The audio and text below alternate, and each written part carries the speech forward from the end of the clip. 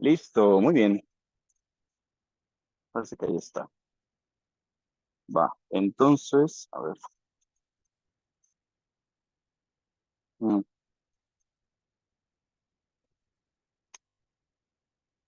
Perfecto. Entonces, bienvenidos chicos, buenos días. Un gusto poder conocerlos. Creo que a varios los ubico de certificaciones en línea.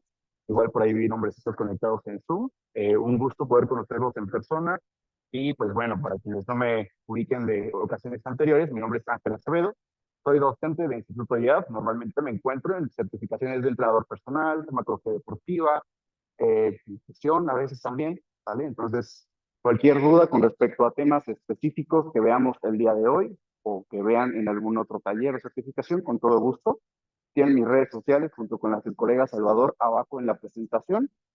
Igual si gustan compartir contenido acerca de la presentación del día de hoy, pues maravilloso, ¿no? Apoyamos la divulgación de información. Entonces, pues bueno, vamos a empezar con la sesión del día de hoy. Les doy la bienvenida al taller de diseño de una metodología de calentamiento específica, ¿vale? Entonces, puntos importantes que vamos a abordar el día de hoy, ¿vale? Va a ser el concepto de la periodización y programación de un entrenamiento, porque es importante que nosotros conozcamos las bases para poder diseñar un protocolo, ¿vale? Una metodología tal cual a seguir. ¿Por qué es importante el calentamiento? No solamente en fisicoculturismo natural, libre, ¿vale? En general, para cualquier disciplina deportiva es importante que tengamos un buen protocolo de calentamiento, porque esto nos va a ayudar a solventar, por ejemplo, deficiencias en movimiento articular, muscular, preparar nuestro organismo de forma eficiente, lo que nos va a permitir alcanzar objetivos más optimizados y, por supuesto, disminuir riesgos de lesión o que algo salga mal en el entrenamiento. No queremos eso. Desde un simple vómito, como a veces nos gusta divertirnos en el entrenamiento de alta intensidad, ¿no? Nos gusta irnos al fallo y hasta el vómito, ¿no? Entonces, con el calentamiento también podríamos abordar un poquito de esto para tratar de evitarlo. Si se divierten con ese tipo de prácticas, nadie los juzga, es muy divertido, de hecho. Entonces, vamos a empezar literalmente desde la base de todo.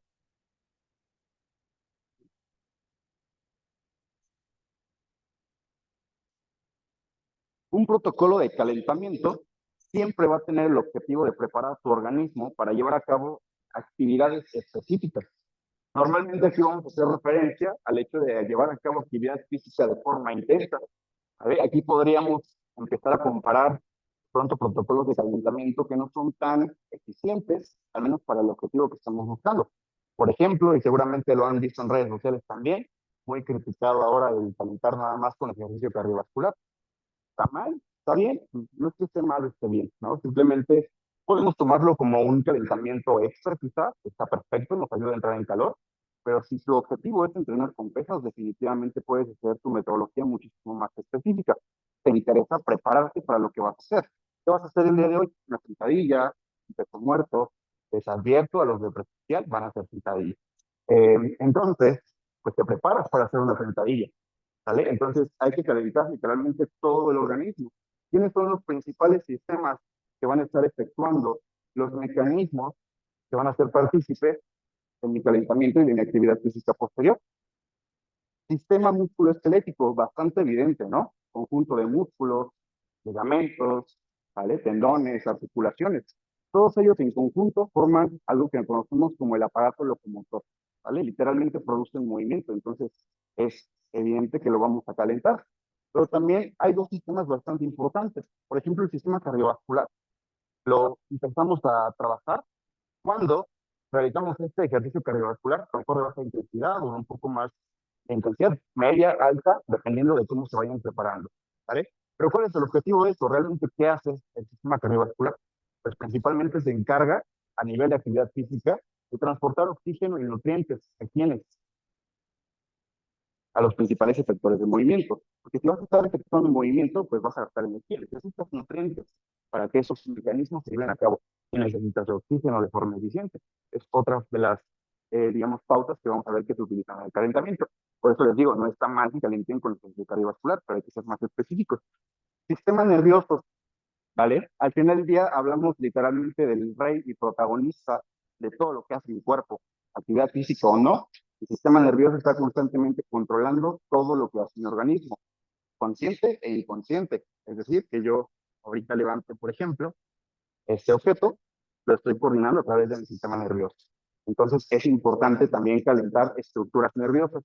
Está un poco extraño calentar el sistema nervioso, ¿no? Pero vamos a ir viendo justo protocolos de calentamiento que a veces denominan avanzados, y yo más bien diría son específicos. Normalmente o comúnmente los utilizan un poco más en protocolos de entrenamiento de fuerza máxima, pero adelante un poquito. No son exclusivos de esa metodología. Un culturista, un maratonista, una persona que busca desarrollar fuerza o cualquier actividad o capacidad física, estructural o funcional, va a buscar también un calentamiento ácido específico. Calentar literalmente todos los sistemas que van a ser partícipes. Al final del día, incluso seguramente han escuchado, es que el entrenamiento de hipertrofia es exclusivo del sistema musculoesquelético. No podemos apagar ninguno de los sistemas, jamás. Nunca van a actuar por sí solos, por eso es importante calentarlos como una unidad completa. Ahora, bien importante, esto que estamos viendo en la pantalla, concepto de periodización y programación, es bien importante, ¿vale?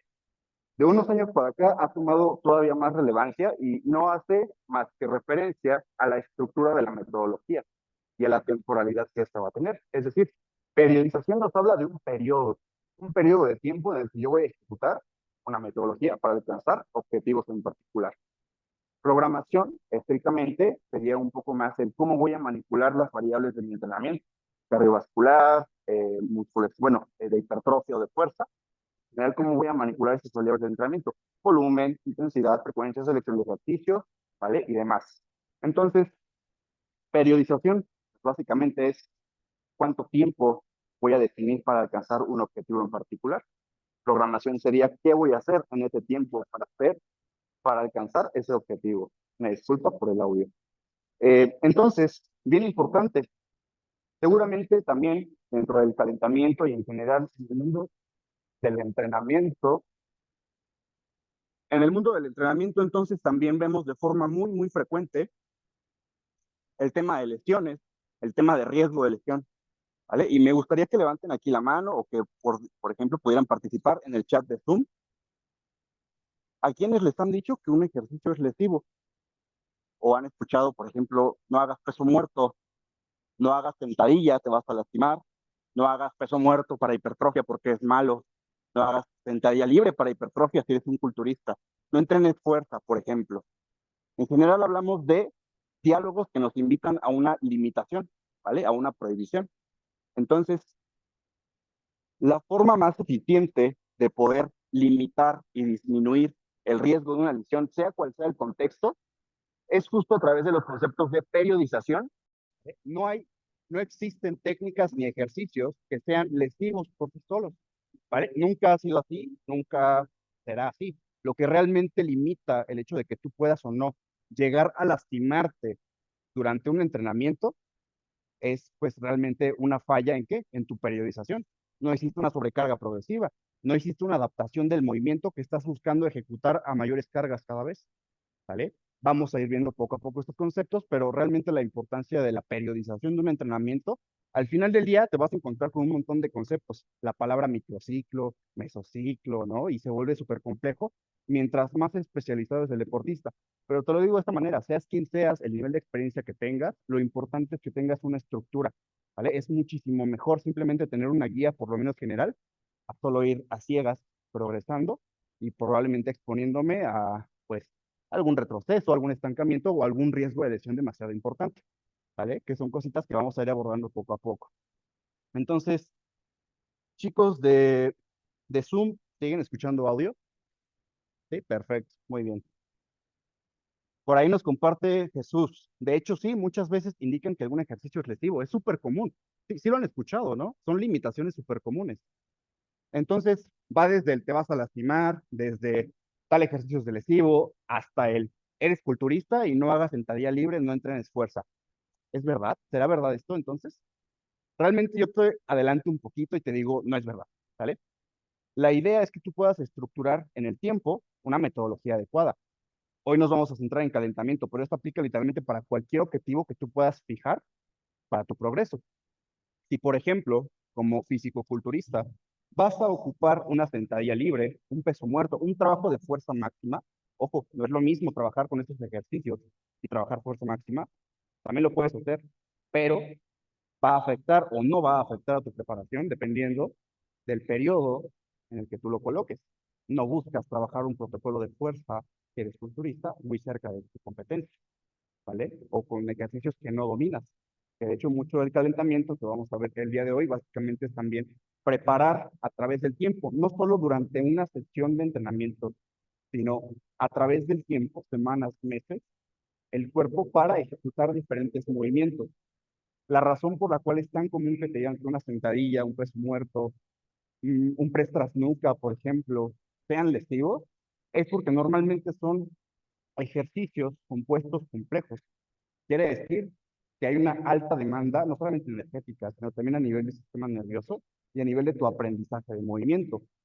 El hecho de que un ejercicio pueda tener un mayor riesgo de lesión para una persona tiene que ver más bien con las limitaciones en este momento. Entonces también fija o entiende la periodización de un entrenamiento como un punto de partida. Yo en este punto de partida tengo unas características. Tengo capacidad para hacer ciertos ejercicios y quizás limitaciones para hacer otros. A través del tiempo, lo que voy a hacer es estructurar mi metodología de entrenamiento, mi metodología de calentamiento, para que este riesgo de lesión sea mínimo y para sacarle el máximo provecho a todos los ejercicios que yo esté buscando realizar. ¿Vale? Entonces, mucho de esto a lo que les invito a hacer es a analizar y evaluar, ya sea que estén trabajando con un cliente, un asesorado, o a ustedes mismos. Evalúen la capacidad de movimiento, que es mucho de lo que vamos a ver en la parte práctica. Vamos a sudar, una vez les digo. Entonces, vamos con las siguientes diapositivas. Manuel dice, a mí me decían que el rango de movimiento completo provocaba lesiones. Tampoco es falso, tampoco es verdad. Tengan cuidado con eso. Entonces, al final del día, lo que te comento de la periodización, se ve más o menos de esta forma. Este es el esquema más general que te puedes tener. El punto de partida que tienes en este momento define tu capacidad, por ejemplo, para hacer una sentadilla, pues quizá a los 90 grados, más profundo, tal vez un poquito más arriba, con 60 kilos, con 80 kilos. Se te levantan los talones, haces un valgo de rodilla, como sea, pero esas son tus condiciones en este momento. Lo que nosotros conocemos técnicamente, esto ya es un término técnico, como fase de acumulación, es un periodo de tiempo que tú vas a fijar para aprender nuevas habilidades, principalmente capacidades físicas. Produzco algo de rodilla en mi sentadilla cuando estoy bajando. Perfecto. Probablemente te haga falta movilidad muscular y articular a nivel de rodilla, tobillo y cadera. Y probablemente más cosas, ¿vale? Pero es lo que vas a ir evaluando. Acumulación, aterrízalo en sentido de acumulas conocimiento, acumulas nuevas habilidades que posteriormente vas a extrapolar a una fase de intensificación. Es otro periodo en el que todo lo aprendido lo vas a llevar a un siguiente nivel. Intensificación. Quizás esa sentadilla ahora la vas a hacer con más peso, ¿no? Con más rango de movimiento, más series, más intensidad. ¿Quién sabe? Intensificar en general. Y por ahí tenemos incluso el concepto de fase de transición, que normalmente aquí serían periodos, por ejemplo, que los competidores se ubican muy bien, de una transición posterior a una competencia. Que de hecho, a nivel de entrenamiento, incluso comienza un poquito antes de la competencia. No entrenas igual una semana antes del día del show, ¿no? Entonces, y esto aplica prácticamente para cualquier persona, no solamente para un competidor. ¿De qué forma podría aplicar para una persona que no tiene fines competitivos? Ah, bueno, ¿han escuchado el concepto de semana de descarga? ¿Sí? Protocolo de descarga. Lo puedes calificar también y sería muy similar a una fase de regeneración. La fase de regeneración, sea cual sea su punto y su estructura, tiene el objetivo de disipar la fatiga que se ha acumulado a través de la fase de acumulación y de intensificación. Porque sí, todos vamos a acumular fatiga. Solamente que hay niveles de fatiga que son más fáciles de detectar. Por ejemplo, las DOMS, el famosísimo dolor muscular post-entrenamiento. Ese es un tipo de fatiga. Pero hay otros que no son tan fáciles de identificar, principalmente fatiga neural. Aquí hablamos de un nivel de fatiga que normalmente se empieza a manifestar en que está pesando un poquito más tu entrenamiento a través del tiempo. Estás en la oficina, estás en el trabajo y te sientes un poquito dormido, ya no tienes tanta motivación. Aspectos psicológicos y emocionales pueden influir de forma bastante importante y que te lo ponga en esta perspectiva. Anteriormente, ¿qué te decían? Si le dabas importancia a los aspectos psicológicos emocionales. No pain, no gain. No, no eres tan buen deportista si te sientes mal y no vas a entrenar. Por supuesto que no. Escucha tu cuerpo. No tiene mucho que ver una cosa con la otra. ¿Vale? Tiene que ver mucho el cómo estructuras tu entrenamiento. No te voy a decir que necesitas una descarga de entrenamiento cada mes, cada 2 meses. Si no tienes una estructura precisamente de competencia, simplemente hazlo cuando te sientas ya demasiado cansado, demasiado agotado, cuando esta fatiga comience a afectar tus actividades ajenas al entrenamiento. Ahí estamos hablando de un claro nivel de fatiga pues, demasiado grande, ¿no?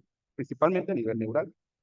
Ahorita vamos a ver por qué esto es importante, ¿vale? Entonces, a nivel de fatiga neural, podemos identificar diferentes factores que podemos incluso monitorear a través de diferentes preguntas o autoevaluaciones que nosotros hacemos, por ejemplo, a ti mismo o al atleta con el que estás trabajando.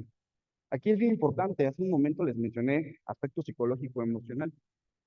¿Me harían el favor de levantar la mano los que piensen que las emociones no importan al momento de entrenar? No veo a nadie que la levante. Entonces es un poco evidente de que ya se le ha dado más relevancia a esta parte. Recuerda que uno de los sistemas principalmente involucrados en todos estos protocolos es el sistema nervioso, ¿vale? Un componente, de hecho, el componente maestro del sistema nervioso es el cerebro, ¿vale? Y en el cerebro literalmente hay estructuras que se encargan, ahí están, son tangibles. Si te abren la cabecita y te cortan el cerebro, puedes tocarla, no lo hagas. Pero hay estructuras que literalmente se encargan de regular toda esta parte emocional y psicológica. Por eso se toman como un signo importante de cuando una persona pudiera ya estar muy estresada, muy fatigada, y puede ser prudente en algunos casos, por supuesto, sujeto de evaluación, que hagas un protocolo de descarga, una fase de regeneración o como tú gustes llamar. Es mucha evaluación a sensaciones. Entonces, básicamente, no pueden ver la imagen ahorita, al menos no los presenciales, ¿no?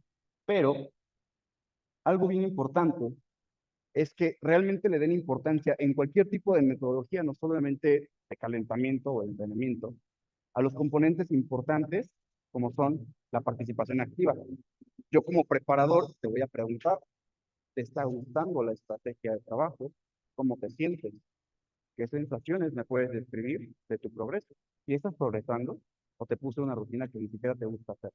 Eso se llama participación activa y se tienen que formar acuerdos con el atleta o se recomienda que lo haga para que la relación y la comunicación sea más eficiente y por lo tanto el atleta a ti te pueda dar más información, información que puedes ocupar para reescribir la periodización y prevenir un nivel de fatiga demasiado grande, prevenir riesgo de lesiones, etcétera. ¿Sale? Es bien importante que lo veamos de esta manera, en el que podamos facilitar una comunicación bidireccional con el asesorado. En caso de que lo estés haciendo contigo mismo, pues es un poquito más fácil, ¿no? Es de pronto un poco más difícil mentirte a ti mismo, aunque sí pasa, ¿vale? Pero ya iremos viendo poco a poco todo esto.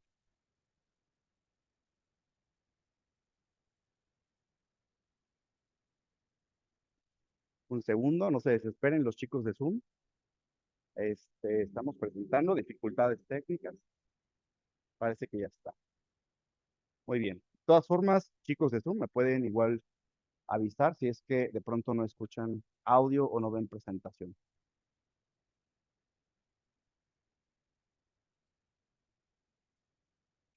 Y aquí llegamos a uno de los aspectos psicológicos que te había comentado hace rato.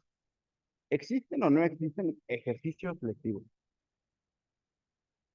Si quieren en Zoom pueden poner sí o no. Se vale decir yo creo, ¿no? Aquí en presencial les diría, levanten la mano los que crean que sí existe un ejercicio lectivo. El que sea, no importa que sea, pero que sí existe un ejercicio lectivo. No veo ninguna manita arriba. Están en lo correcto. Para empezar, utilizamos la definición de un ejercicio. Es un movimiento que tiene un fin, que tiene un sentido. Entonces, un movimiento completamente sin sentido que de pronto se llegan a inventar, no cuenta como ejercicio, por lo tanto no es un ejercicio lectivo. ¿Sale? Entonces, otro aspecto bien importante de todo este abordaje, tu capacidad actual para ejecutar ciertos movimientos, es entender esto. ¿Sale? Nunca ha existido, no existe y no va a existir una técnica que esté universalmente buena para todas las personas. ¿Hay recomendaciones generales? Sí. Tener una buena base plantar, ¿no? No meter las rodillas en una sentadilla, en un peso muerto, trata de no hacer una flexión lumbar tan pronunciada, etc. ¿Sabes? Son recomendaciones generales. Más no te estoy diciendo exactamente cómo hacer un movimiento. Te los digo para que tengan cuidado, porque también Evidentemente, en la práctica, de pronto nos encontramos con, pues, algunas situaciones en las que nos dice que debemos hacer un movimiento de cierta forma. Supongamos variantes de sentadilla, de la misma sentadilla libre. Barra alta y barra baja. Probablemente algunos de aquí las conocen, probablemente otros no tanto, pero simplemente tiene que ver con dónde está posicionando la barra a nivel de la espalda. Barra alta, pues queda un poquito más a la altura de los trapecios. Barra baja, un poquito más hacia abajo, a la altura como del deltoides posterior. Incluso hay personas que lo colocan todavía más abajo, pero eso ya depende de la individualización. Entonces, probablemente una de las dudas que surgen al momento de ver variantes de los ejercicios es, si usted cuál es la mejor, cuál me va a dar mejores evidencias de hipertrofia o de fuerza. Bueno, el primer punto de abordaje es conoce la variante que te haga sentir más cómodo y más seguro al momento de la ejecución. Literalmente hay adaptaciones anatómicas que te van a hacer más favorable para una sentadilla barra baja. Algunas otras que van a hacer que tiendas a sentirte más cómodo en una sentadilla barra alta, ¿vale? Y si tú tienes esto en cuenta, no vas a estar obligando a una persona que es dominante de barra alta a decirle, hazme una barra baja, porque yo vi que la barra va más abajo y entonces es la técnica universal, ¿no? Ten cuidado con este tipo de afirmaciones. Cuando nos encontramos ante un diálogo que nos invita a la alimentación, hablamos de los conceptos psicológicos, o sea, que tienen impacto a nivel psicológico. Han escuchado seguramente la palabra o el concepto efecto placebo. ¿No? Efecto placebo, pues básicamente es a nivel psicológico. Yo te puedo decir, tómate X bebida y vas a sentir muchísima euforia y vas a darlo todo pasa en una película, ¿no? En Space Jam, cuando Bob Bunny le da agua, es literalmente agua. Y los jugadores van y ganan. Bueno, no ganan, pero hacen muchas anotaciones, ¿no? Porque estaban muy motivados. Eso es un efecto placebo y normalmente tiene una connotación positiva, ¿vale? Entonces, algo que está en contraste y que tiene que ver con estas afirmaciones es el concepto de efecto nocebo. Es literalmente lo opuesto.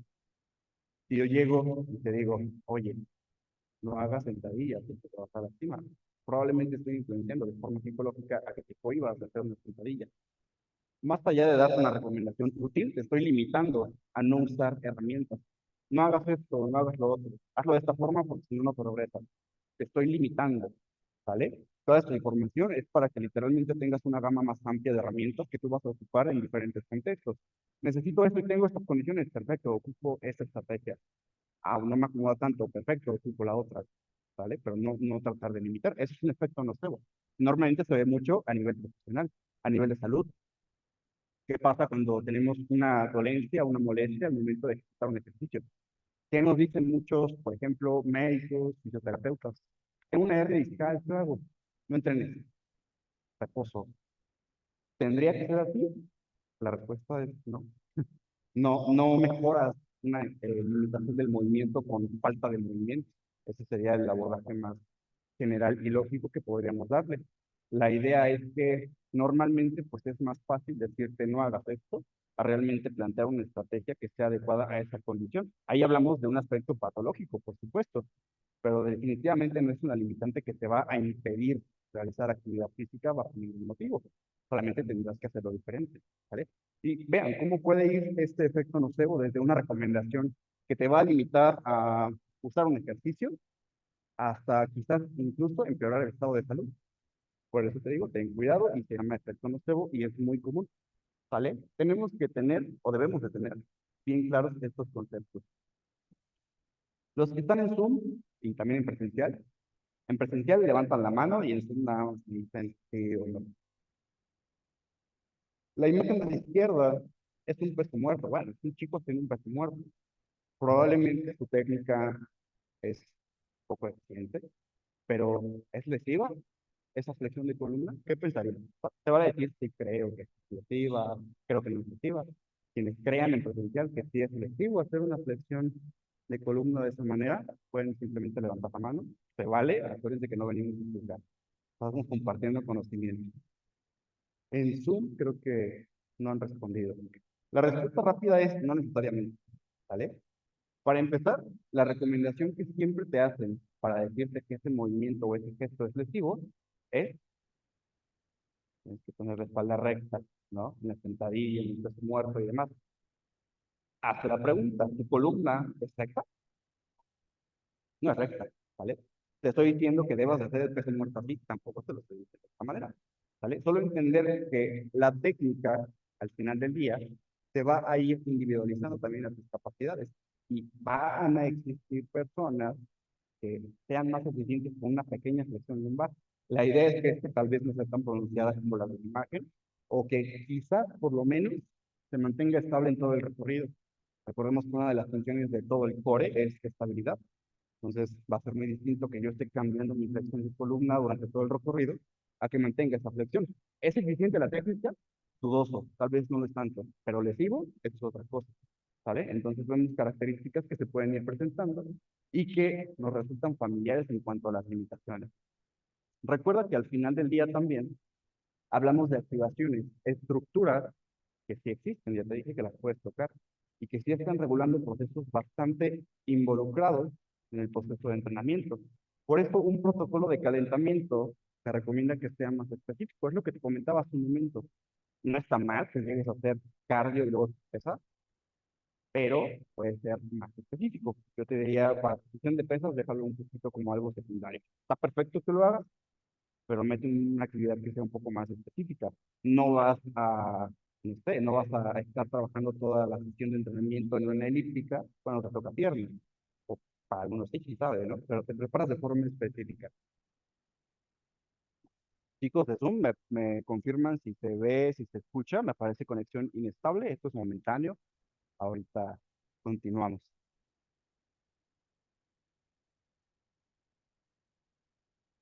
Este. Ahí. Sí, claro. ¿Se puede bajar volumen del micrófono?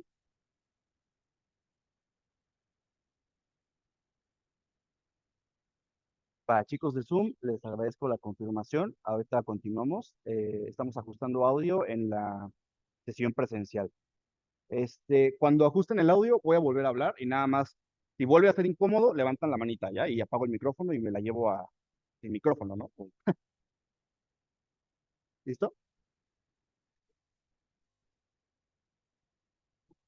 Prueba de audio, micrófono. ¿Cómo se dice? No, horrible. A ver, va. Mientras tanto, les comento así sin micrófono. Esas son las estructuras que te comentaba hace rato. El hecho de que tú te sientas de cierta forma, ¿vale? Normalmente tiene que ver con acumulación de fatiga neural, lo que quiere decir que tus estructuras nerviosas en general están sobrecargadas de información, de fatiga, tal cual. Y mira, es lo que te decía, ¿vale? ¿Qué importa el cómo te sientes? Ahora no te estoy diciendo, te sientes triste, apapáchate y necesariamente vete a descansar. Todos lidian con eso de forma diferente, ¿sabes? Solamente es importante que lo tomes en cuenta. Porque muchas veces el abordaje del preparador es, te sientes mal y no vas a entrenar, eres peor atleta, ¿no? No le estás echando ganas. Entonces tengan cuidado con eso y obviamente a objetivos competitivos, pues normalmente sí tienen que hacer un poquito más de esfuerzo porque hay una competencia de por medio. Entonces, pero aún así no se descuida, ¿vale? Sigue siendo importante. ¿Allá me escuchan al fondo? ¿Sí? ¿Todo bien? ¿Un poquito más? Va. A ver, ¿ya mejor? No se escucha nada. Ya, no se escucha nada. Bueno, no importa. Ya, ¿se escucha? ¿Se escucha mejor este? Gracias. Muy bien. Perfecto. Chicos de Zoom, no hagan caso. No me están viendo aquí sufriendo. Eh, entonces, ¿han escuchado esta frase de que una persona puede, por ejemplo, mover o cargar un automóvil?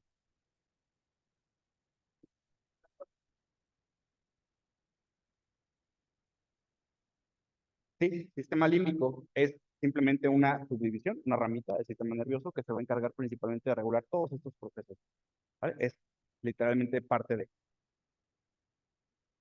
Perfecto. Entonces, tienes escuchado esta frase, ¿no? De que, o la típica historia que probablemente muchos han contado, pero nadie ha visto, de que una mamá vio en peligro a su hijo y fue corriendo a levantar el coche, ¿no? Hace referencia simplemente a que normalmente la expresión de fuerza también está limitada por qué tan entrenado, qué tan eficiente es tu sistema nervioso en este momento para coordinar un esfuerzo de esa demanda. O sea, normalmente tus músculos probablemente sí podrían producir la fuerza, sí podrían a lo mejor levantar el carro, como es en la historia, pero probablemente no has tenido las adaptaciones suficientes. Vamos a ponerlo en otras palabras. Riesgo de lesión en un peso muerto. Supongamos escenario uno, una persona que hace peso muerto normalmente con 100 kilos a una repetición. Ese es el escenario uno. Y lo pones a hacer una repetición también del mismo peso muerto, pero le metes 200 kilos a la barra. En escenario 2, una persona que puede levantar 180 kilos en peso muerto. Le pones 200 kilos también. ¿Quién tiene mayor riesgo de lesión? ¿Uno o dos? En el caso uno, en el caso uno es una persona que trabaja normalmente con una carga alrededor de 100 kilos. Es un ejemplo, es un número X, ¿vale? 100 kilos en un peso muerto. Y llegas y le pones 200. El caso 2 es una persona que también hace su peso muerto, pero levanta 180. Ambos a una repetición. Y llegas y también le metes 200 kilos. ¿Quién tiene mayor riesgo de lesión? ¿Uno o dos? ¿Sí? Principalmente o de forma general diríamos que el uno, ¿vale? Porque le estás exponiendo a un esfuerzo al que tiene todavía menos adaptaciones neurales y musculares, y obviamente de otros sistemas, que el otro sujeto que tampoco las tiene para los 200 kilos, pero por lo menos tiene más progresión y puede mover una carga, es decir, puede generar o ha podido generar adaptaciones que le van a permitir por lo menos un riesgo de lesión más pequeño. La idea sea que en ninguno de los dos escenarios hagas que pues le meta los 200 kilos a una persona que no los mueve, ¿no? Pero es para que entendamos este concepto de que el entrenamiento de fuerza es un poco distinto en ese aspecto al entrenamiento de hipertrofia. Es bien distinto generar adaptaciones neurales a crecer músculo, ¿vale? Esa es una de las diferencias importantes. El sistema nervioso va a generar estas adaptaciones para que luego el sistema músculo-esquelético pueda ejercer la fuerza, ¿vale? O ejecutar el movimiento de la forma más eficiente posible. Por ahí comienza a aparecer otro de los conceptos que es la propiocepción neuromuscular. ¿Alguien ha escuchado qué es propiocepción neuromuscular? Es completamente un concepto ajeno, nunca lo había escuchado, con qué se come, está en chino. ¿Sí? Veo caras confundidas, o algunos que sí, otros que no. Va. Propiocepción neuromuscular básicamente es cómo percibe tu organismo, principalmente el sistema nervioso, información sensorial. ¿Qué estoy tocando? ¿Dónde estoy parado? ¿Estoy en una superficie plana? ¿Está un poco más con relieves, por ejemplo? ¿Puedo sustentar equilibrio en esta posición? ¿Puedo mover un objeto en esta posición? ¿Lo voy a mover con una carga extra? ¿Vale? Eso es información sensorial. Tu sistema nervioso recibe toda esa información, la interpreta y le dice a tu músculo, corrige esta postura porque tal vez en esta superficie no estás siendo tan estable. Bájale un poquito el peso para hacer más eficiente el movimiento. Coordina el movimiento de esta forma y no de esta otra. Son cosas que normalmente tú haces de forma inconsciente, ¿vale? Que hace tu sistema nervioso autónomo. Autónomo es porque básicamente tú no te das cuenta que está haciendo algo, pero lo está haciendo, ¿vale? Y tiene que ver mucho con ese tipo de aprendizaje.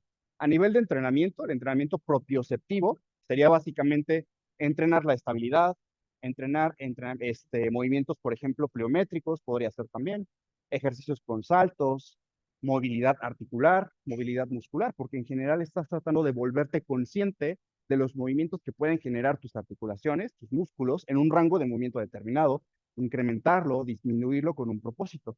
Todo eso es entrenamiento propioceptivo y es parte de lo que vamos a hacer en la parte práctica, ¿vale? No te diría que tienes que aprenderte la palabra propioceptivo o em, entrenamiento propioceptivo tal cual, nada más entiende que existe y que es algo que normalmente trabajamos también en el calentamiento de forma específica, ¿vale? Chicos del fondo, ¿sí me escuchan? ¿Sí? ¿Todo bien? ¿Te escuchas allá? Va, perfecto. Entonces yo creo que te voy a dejar el micrófono.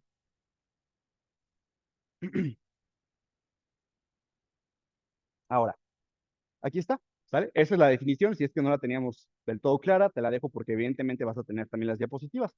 Pero fíjate, tal cual es la capacidad que va a tener tu sistema nervioso y tu sistema musculoesquelético para interpretar, percibir señales o información sensorial, producir una respuesta a través del movimiento, ¿vale? Coordinación, estabilidad, expresión de fuerza, etcétera. Pueden ser diversas, ¿vale? El entrenamiento propioceptivo puede ser algo considerado dentro de lo que vamos a hacer el día de hoy, probablemente en un ratito, ¿vale?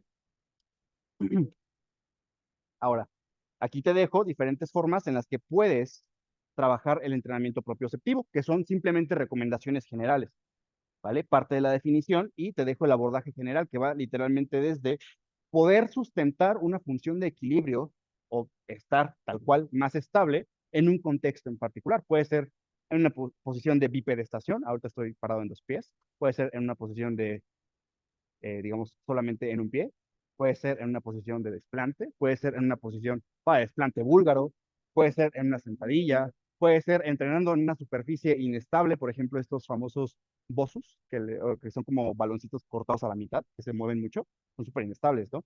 Puede ser una herramienta que podemos utilizar también. Entonces, otras herramientas que comúnmente vemos que se utilizan en el entrenamiento son, por ejemplo, los chicos de Zoom no van a ver, pero estoy agarrando una banda de resistencia, ¿vale? A veces las ocupamos durante el entrenamiento efectivo de hipertrofia de fuerza para cambiar el perfil de resistencia, para hacer más difícil un ejercicio, pero también lo podemos ocupar para hacer calentamientos dinámicos. Un calentamiento dinámico va a ser algo que también vamos a realizar el día de hoy. Simplemente es movilizar algún grupo muscular o articulación o conjunto de músculos y articulaciones en un plano de movimiento determinado, ¿sale? Que vamos a ir haciendo el abordaje poco a poco. Entonces podemos ocupar ya, digamos, diferentes herramientas como pueden ser bandas de resistencia, por ahí tenemos el foam roller, me parece que por aquí anda, pero igual, también puede ser una herramienta extra que nos puede ayudar a mejorar un poquito incluso el protocolo de calentamiento de forma específica. Ahora, vamos a ver qué otros conceptos están involucrados en lo que nosotros buscamos. Hablamos de especificidad, ¿vale? Te estás especializando, te estás preparando para una actividad física intensa. Normalmente, por ejemplo, pues, ¿qué haces en tu entrenamiento de pesas? No sé, sentadillas, pesos muertos, remos, press, ¿no? Curls, bueno, una gama tan amplia que tenemos de ejercicios. Existen protocolos de tipo pasivo y de tipo activo. Los protocolos de tipo pasivo son aquellos que simplemente se van a encargar de que tú, quietecito, desde tu comodidad, puedas simplemente elevar la temperatura corporal, por ejemplo. Todos hemos visto a esas personas que de pronto se ponen como trajecitos para sudar. Muchas veces lo utilizan como con el objetivo de quemar más grasa, que no tiene nada que ver, pero probablemente sí nos ayude para incrementar la temperatura corporal. Hay geles, por ejemplo, que también ayudan a esto. Yo te diría, es bastante secundario, pero si te gusta hacerlo, pues perfecto, ¿no? También al final del día estás complementando, pues una de las funciones de quién, del sistema cardiovascular, ¿no? Que era elevar la temperatura principalmente. Calentamiento activo. Aquí sí hablamos de movimiento. Es lo que te decía, no tiene nada de malo si yo voy a entrenar pesas y me voy mis 10 minutos a la caminadora, ¿no? Y estoy mandándole mensaje a la novia de que, oye, ya voy a entrenar, no me escribas, ¿no? O te dijo, tenemos que hablar y sales bien motivado a las pesas, ¿no? Entonces, eso es calentamiento activo. Puede ser muy poco específico, muy general o muy específico. Normalmente los protocolos que se llaman específicos también los vas a escuchar como protocolos avanzados. Y también a veces existe el malentendido de que estos protocolos son exclusivos de protocolos de fuerza. Hacemos la referencia o la diferencia de que el entrenamiento de fuerza sí se diferencia de forma específica del entrenamiento de hipertrofia, ¿vale? Tiene sus diferencias, son importantes, pero normalmente también al calentamiento tienden a pensar que los protocolos específicos pueden ser exclusivos de fuerza. Y me adelanto un poquito, no lo son, ¿vale? Los puedes hacer sin ningún problema. De hecho, yo te diría, si nunca los has realizado, empléalos y revisa tus sensaciones, ¿vale? Tus progresos. Al final del día, estos protocolos de calentamiento específicos pueden ir desde trabajar la movilidad articular y muscular para optimizar el ROM, que el ROM es lo que conocemos por rango de movimiento, siglas en inglés nada más, qué tanto movimiento puede producir o en qué gama, en qué rango se puede mover una articulación, un grupo muscular, etcétera, ¿vale? Entonces, otros protocolos son, por ejemplo, déjame regreso a esta ahorita, pero te enseño rapidísimo esta diapositiva de las series de aproximación, ¿sale? Esto es uno de estos protocolos que usualmente se denominan como avanzados o específicos, pero que también a veces piensan que es exclusivo de fuerza. ¿Por qué? Ah, bueno, porque las series de aproximación básicamente son, me voy a aproximar a una carga con la que voy a trabajar. Es decir, tiene relevancia para que tú optimices el peso que vas a mover. Pero no solo eso, por eso te digo, no son exclusivos del entrenamiento de fuerza, donde tu objetivo es mover más kilos, sino también tiene el objetivo de que literalmente le digas a tu sistema nervioso, dile a mis tobillos, dile a mis rodillas, a mi cadera, a mi espalda, a mis músculos, que vamos a hacer una sentadilla y que la vamos a hacer con 100 kilos. Entonces, vas calentando poco a poco, se llama aproximación porque te aproximas de forma progresiva a la carga final con la que tú vas a trabajar. Y hay otros que sí son un poquito más específicos, por ejemplo, la PAP, que vamos a practicar al ratito, ¿sale? Pero vamos poco a poco. Entonces, otros protocolos que pudieran implementarse también al momento de abordaje de calentamiento son los que llaman también de enfriamiento. Algunos, no todos. ¿Por qué? Porque algunos protocolos de enfriamiento, en general, bueno, lo que buscan todos es relajarte, ¿no? Ya te fuiste a estresar, ya fuiste a crear agujetas, ¿no? Ya fuiste a crear ahí mucho dolor muscular, fuiste a vomitar, fuiste a estar sobrepensando porque la novia te dijo que tenían que hablar. Entonces, ahora tienes que relajarte. Han visto que hay personas que toman, por ejemplo, duchas frías, ¿no? Perfecto, también pueden ayudar. Hay personas que utilizan un foam roller. Hay personas que hacen estiramientos estáticos, dinámicos, etcétera. ¿Vale? Entonces, exclusivamente el protocolo de enfriamiento, pues sí va después del entrenamiento, pero hay algunos, por ejemplo, el foam roller o el calentamiento articular, bueno, los movimientos articulares, que también se pueden utilizar en el calentamiento. O sea, tú puedes utilizar también un foam roller, tanto en calentamiento como en enfriamiento. Y asimismo también para movilidad articular y movilidad muscular.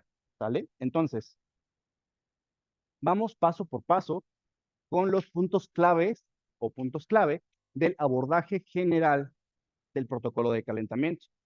Punto número uno, y que lo comentamos hace ratito, así lo más general que tú puedes hacer es, por lo menos prepárate para el movimiento, eleva la temperatura corporal, ponte el gel, ponte el trajecito, o vete a la caminadora, lo que tú prefieras, ¿no? Ahí literalmente hay para todos los gustos.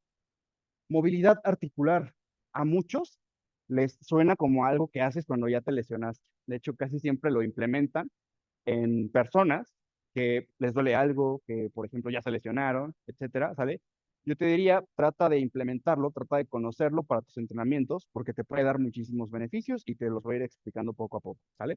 En general hablamos que en conjunto movilidad articular, estiramientos dinámicos y activación muscular podrían englobarse dentro de las mismas actividades. El abordaje más general que tú puedes hacer es calienta todo, ¿vale?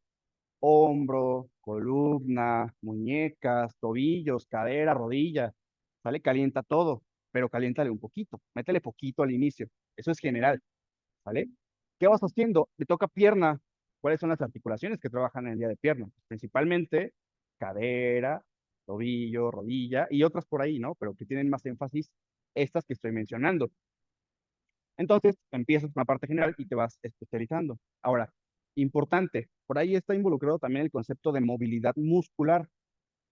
A veces cuando se nos menciona la movilidad articular y muscular por primera vez, lo que pensamos es, no tengo ni idea de cómo hacerlo.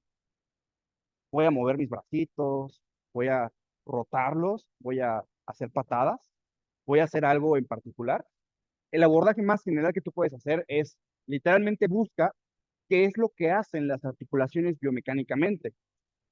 Hombro, ¿qué hace? Puede rotar, ¿no? Puede hacer una flexoextensión, ¿vale? Bueno, y con los músculos que son los deltoides, ¿no? Rodilla, ¿qué puede hacer? También puede hacer una flexoextensión. Tobillo, también se puede extender, ¿no? Y flexionar y se puede rotar por ahí, ¿vale? Entonces, busca de forma general qué movimientos pueden producir las articulaciones que tú buscas calentar, ¿vale? Y ahí viene implícito el calentamiento de movilidad muscular, porque una articulación pues, no se mueve solita, también se mueve con ayuda de los músculos. Y lo que vas haciendo es una activación muscular con una progresión gradual. Esto quiere decir que a medida que tú vayas avanzando en el calentamiento, puedes ir implementando los aditamentos que habíamos comentado. Bandas de resistencia, pueden ser, por ejemplo, pesas, ¿sale? Y te vas encaminando. ¿Qué creen que vendría después de la movilidad articular y muscular? De lo que hemos visto hasta ahorita. De hecho, lo vimos por encimita y me regresé. Series de aproximación, ¿no? O progresiones. Sería básicamente ese caminito que tendrías que ir siguiendo. Entonces, el abordaje es bastante sencillo. Ahora, también vamos a abordar o vamos a ver más o menos cómo llevar a cabo maniobras de respiración, porque normalmente en esfuerzos muy demandantes, principalmente de ejercicios que son compuestos complejos, peso muerto, sentadilla, press sobre la cabeza, remos, etcétera, la respiración es muy importante para que puedas maximizar el esfuerzo que estás produciendo en ese momento. ¿Vale? Y hay recomendaciones generales, hay ciertas consideraciones. ¿Han escuchado la palabra bracing o respiración diafragmática, expansión torácica? ¿Alguna de esas? Perfecto. Tienen mucho que ver simplemente con el hecho de que estás optimizando el proceso de respiración para volver más estable la estructura que tiene la principal función de estabilidad, el core, ¿sale? Entonces, a través de la respiración, tú lo que puedes hacer es incrementar de forma importante, pues, la presión que hay, digamos, dentro de ese core, asimismo con una contracción voluntaria de todas las estructuras musculares que están en ese core y favorecer una estabilidad pues más eficiente durante tus movimientos. Eso se puede simplemente con la respiración. Y ahí también podríamos abordar el uso, por ejemplo, de algunos aditamentos como los cinturones, ¿no? Que retomando un poco lo que mencionábamos hace rato, cinturones, ¿cuántas veces no hemos escuchado que son para evitar lesiones? Rodilleras evitan lesiones, ¿no? Según bibliografía pasada. Actualmente conocemos que no evitan lesiones. Lo que evita lesiones es que hagas una sobrecarga progresiva, es que tengas una periodización, ¿no? Que hagas realmente un protocolo estructurado. El cinturón, rodilleras, entre otros aditamentos que se encargan de darte un poco más de estabilidad, se encargan principalmente de ayudarte a ejecutar esfuerzos máximos de forma más eficiente. ¿También te pueden hacer sentir más seguro? Sí, pero eso sería un poquito más placebo en algunas personas, ¿sabe? Que de hecho también ya lo abordamos, efecto positivo a nivel psicológico, ¿no? Entonces vamos poco a poco. Sí, adelante.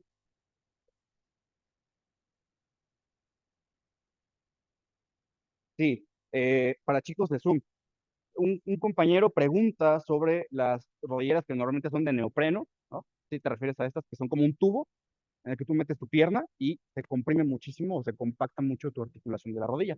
Esas son, ¿no? Son diferentes tipos de rodilleras las que tenemos en el mercado, ¿no? Algunas son, por ejemplo, bandas o vendas que vas enrollando en tu pierna. En general, sí, una rodillera sí te puede ayudar a mover más kilos, porque básicamente lo que hace es comprimir, ¿no? Por eso esas rodilleras, por ejemplo, que se utilizan mucho, particularmente esas en powerlifting, tienen ese fin. Ahora, ¿te pueden hacer mover muchos más kilos? No, no son tantos. Al final del día sigue dependiendo de tu progresión, ¿vale? La base siempre es importante. Es una ayudita así de que le soplaste tantito para subir en la sentadilla. Y las vendas, por ejemplo, también las puedes apretar para generar presión, pero normalmente estas también pueden tener un uso más como de aislar un poco la temperatura aquí, ¿no? Mantener un poco este movimiento eficiente. ¿Vale? Sí, también. O sea, en conjunto, todo ese tipo de aditamentos lo que te facilitan es trabajar tu estabilidad, ¿vale? Y normalmente buscarías usarlos en esfuerzos muy demandantes. Puedes usarlos en esfuerzos poco demandantes, sí, pero pues vas a perder tiempo poniéndote la rodillera, el cinturón, luego hay unas que se dan un montón de vueltas, ¿no? Pues imagínate ahí 15 minutos para calentar. Entonces, es simplemente aterriza el objetivo para el que fueron creados esos aditamentos y úsalos de la manera en que prefieras, pero con la mente realmente en el objetivo para lo que son. Sí, sí te pueden ayudar a mover tantitos más kilos, pero son chiquititos. Así como el cinturón, también el cinturón lo puede hacer. No confundir cinturón de levantamiento con faja, ¿vale? No es lo mismo. Sí. Ah, ok. ¿Qué opinas sobre eso? Bueno, yo he escuchado que hay unos principios. Por crear una apnea, lesión abdominal en, en alguna parte en específico. Ok. Voy a dar contexto a sesión online.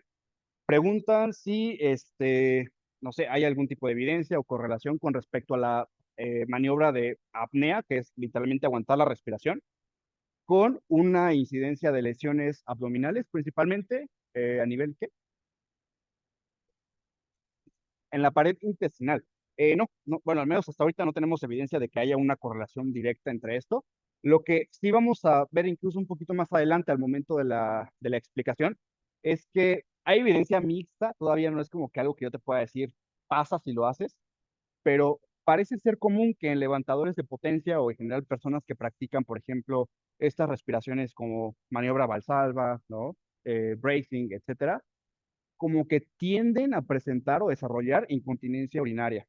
Tiene que ver con cómo maniobras la presión dentro de digo, de todo el core, pero se desarrolla en algunos, en otros no, entonces no te puedo decir que es una consecuencia directa, pero sí te puedo dar recomendaciones generales que vamos a ver más adelante. Pero con lesión abdominal por apnea, realmente no hay una relación directa. ¿no? Pues tendremos que ver qué otros factores están por ahí presentes. ¿Dudas en Zoom?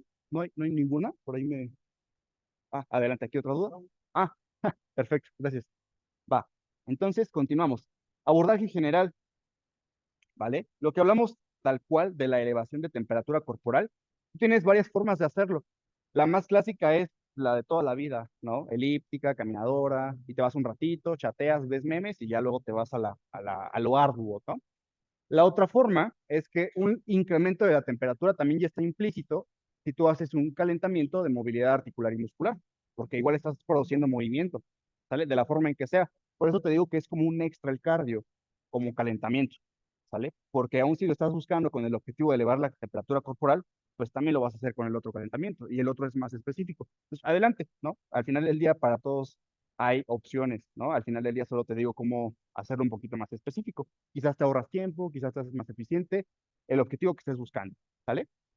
Entonces, lo que viene después es esto, el famoso calentamiento de movilidad articular. Entonces, lo que yo te comenté acerca de la movilidad articular y muscular es que lo que podemos hacer como punto de partida es entender qué movimientos producen mis articulaciones. Piensa en los movimientos como conjuntos de articulaciones y por lo tanto ahí están los músculos, ¿vale? Porque no se mueven solitas. Entonces, por ejemplo, si yo voy a entrenar, vamos a decir, pierna, el ejercicio que sea, pero voy a entrenar pierna. Bueno, yo sé que las principales articulaciones que van a estar involucradas, ¿quiénes son? Dijimos hace rato, tobillo, rodilla y cadera, ¿no? ¿Qué movimientos producen los grupos musculares que están asociados a esas articulaciones? Están los músculos de la base plantar, ¿no? Entonces, probablemente un calentamiento de propiocepción a nivel de cómo sientes el piso, o sea, literalmente sentir el piso con tus pies, es importante, ¿sale? ¿Qué seguiría? Tobillo. ¿Han visto que hay personas que hacen, por ejemplo, una prueba de movimiento? Los de Zoom no me van a ver, pero básicamente es empujar como que el cuerpo hacia adelante, que es básicamente algo que pasa en la sentadilla, y mientras más se van hacia adelante, despegan luego el talón. Eso es una deficiencia de movilidad, principalmente a nivel de tobillo. Probablemente también puede estar asociada a la base plantar y bueno, son más factores, ¿no? Pero vacilando entonces que puedes ir implementando movimientos particulares, desde la articulación a los grupos musculares. Ahora, ¿qué hacen los grupos musculares de las piernas? Cuádriceps, isquiosurales, pantorrilla, glúteo, ¿no? Son los que vemos principalmente asociados, o al menos de forma protagonista. ¿Qué hace un glúteo? Principal extensor de cadera, ¿no? Abductor de cadera. Si no sabemos qué es una abducción y una aducción, porque a veces es confuso, imagínense una línea imaginaria, o sea, tal cual, un plano, que parte tu cuerpo en derecha e izquierda, sí, tal cual. Aducción, acerco. Abducción, APT, alejo, ¿sale? La abducción a nivel de la cadera, alejar tu piernita, la hace principalmente el glúteo, ¿sale? Íntimo amigo del glúteo, así, uña y mugre, super amigos, isquiosurales, isquiotibiales, como les conozcan. ¿Qué hacen? Se encargan de flexión de rodilla y extensión de cadera también, ¿sale? Entre otras cositas, pero principalmente esto, ¿no? ¿Qué otro está por ahí? Cuádriceps. ¿De qué se encarga el cuádriceps? De la extensión de rodilla, ¿vale? Y de la flexión de cadera. La flexión de cadera es cuando tú echas la piernita para adelante, ¿no? Esa es una flexión de cadera. Entonces, ahí tienes un abordaje súper rápido. ¿Qué puedo hacer entonces? Abducciones, aducciones, ¿no? Flexoextensiones de cadera, que son como pataditas hasta adelante en cada una de las piernas. Flexión de rodilla, por ejemplo, ¿no? Se parecería mucho a un desplante. Los de Zoom no me ven, pero estoy sudando con un desplante, así es. Entonces, flexión o también movimientos del tobillo. Lo mismo, se te hace adelante y ve qué tanto eres capaz de mantener ese tobillo pegado o ese talón pegado al piso, ¿vale? Que eso tiene que ver un poquito más con propiocepción que vamos a ir abordando. Y así para cada uno de los trabajos. Si fuese para el torso, por ejemplo, tendría que hacer el mismo análisis ahora para hombro, muñeca, ¿vale? Columna también, porque está bastante involucrada, ¿vale? Codo, y así lo voy haciendo con cada uno de estos conjuntos de articulaciones y grupos musculares. Simplemente busca qué hacen, incluso si buscas también en internet. Rutina movilidad de, no sé, de cadera, pues te van a salir ejercicios que podrían darte guía. Esto te lo comento porque de pronto es confuso si nunca lo hemos hecho. Son realmente muchos ejercicios. Escoge los que más te gusten, los que más cómodo te hagan sentir y los que evidentemente te den un progreso en los que estés buscando mejorar. ¿Sale? Entonces, Esto es lo que conocemos como estiramientos dinámicos. Los estáticos son los de toda la vida, ¿no? Voy a girar, que te decían, bueno, vamos a hacer 10 vueltas o rotaciones de muñeca, 10 rotaciones de cuello, luego que te dicen para el otro lado, ¿no? Arriba, abajo. Eso es estático, no me estoy moviendo. O sea, sí me estoy moviendo, pero no me estoy, digamos, ¿mandé? Ajá, no me estoy desplazando. Ahora, no necesariamente tiene que haber un desplazamiento, pero sí hablamos de que las articulaciones tienen que trabajar en el máximo rango de movimiento posible. Es aquí donde entra, por ejemplo, el qué tanto puedes mover tu hombro, ¿sale? Ahora, a esto me refiero con que tienes que abordar el punto inicial. Si tú en este momento, pues no eres capaz de ejecutar un máximo rango de movimiento posible, está bien, eso es con lo que puedes trabajar ahorita. Lo que vas a buscar a manera de progresión es incrementar ese rango de movimiento. Si ese es tu objetivo, ¿dónde podría ser útil? Entrenamiento de fuerza, entrenamiento de hipertrofia. Yo en general te diría que hasta para salud general es útil tener más rango de movimiento en cualquiera de los grupos musculares y articulaciones. Entonces lo vas haciendo de esta manera. Esos son los famosos estiramientos dinámicos. Y lo que seguía después de esto era justo la activación muscular, que lo que dijimos es prácticamente el mismo abordaje, pero quiero llegar a esto, ¿sale? La progresión gradual. ¿Por qué? Porque vas a comenzar con los movimientos articulares y musculares que ya mencionamos.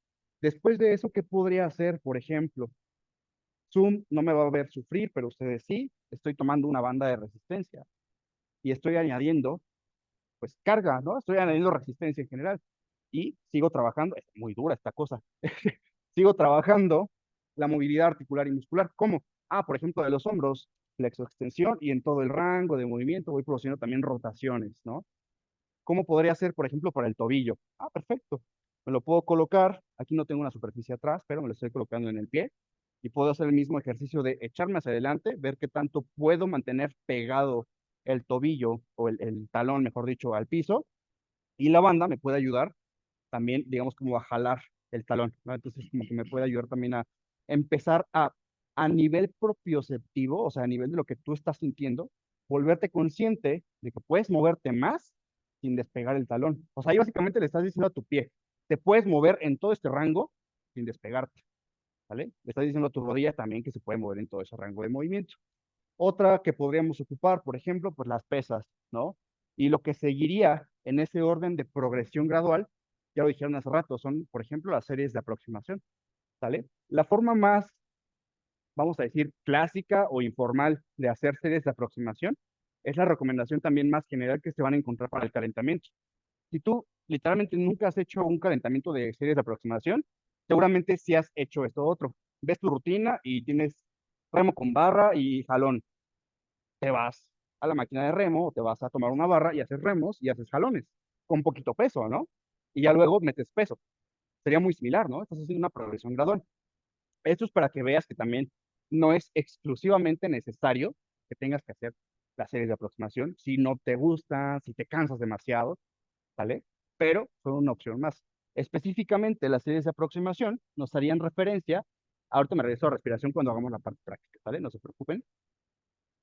Pero entonces, series de aproximación nos hacen referencia específicamente a incrementar la carga de forma gradual y prepararme para lo que conocemos como sets o series efectivas, ¿vale? Series efectivas en cualquier contexto son todas las series de trabajo del ejercicio que tú quieras, que te van a demandar un alto nivel de esfuerzo y que van a ser eficientes creando un estímulo, que en este caso va a producir una fatiga y luego viene una adaptación que te va a dar hipertrofia, te va a dar fuerza, te va a dar lo que estés buscando, ¿sale?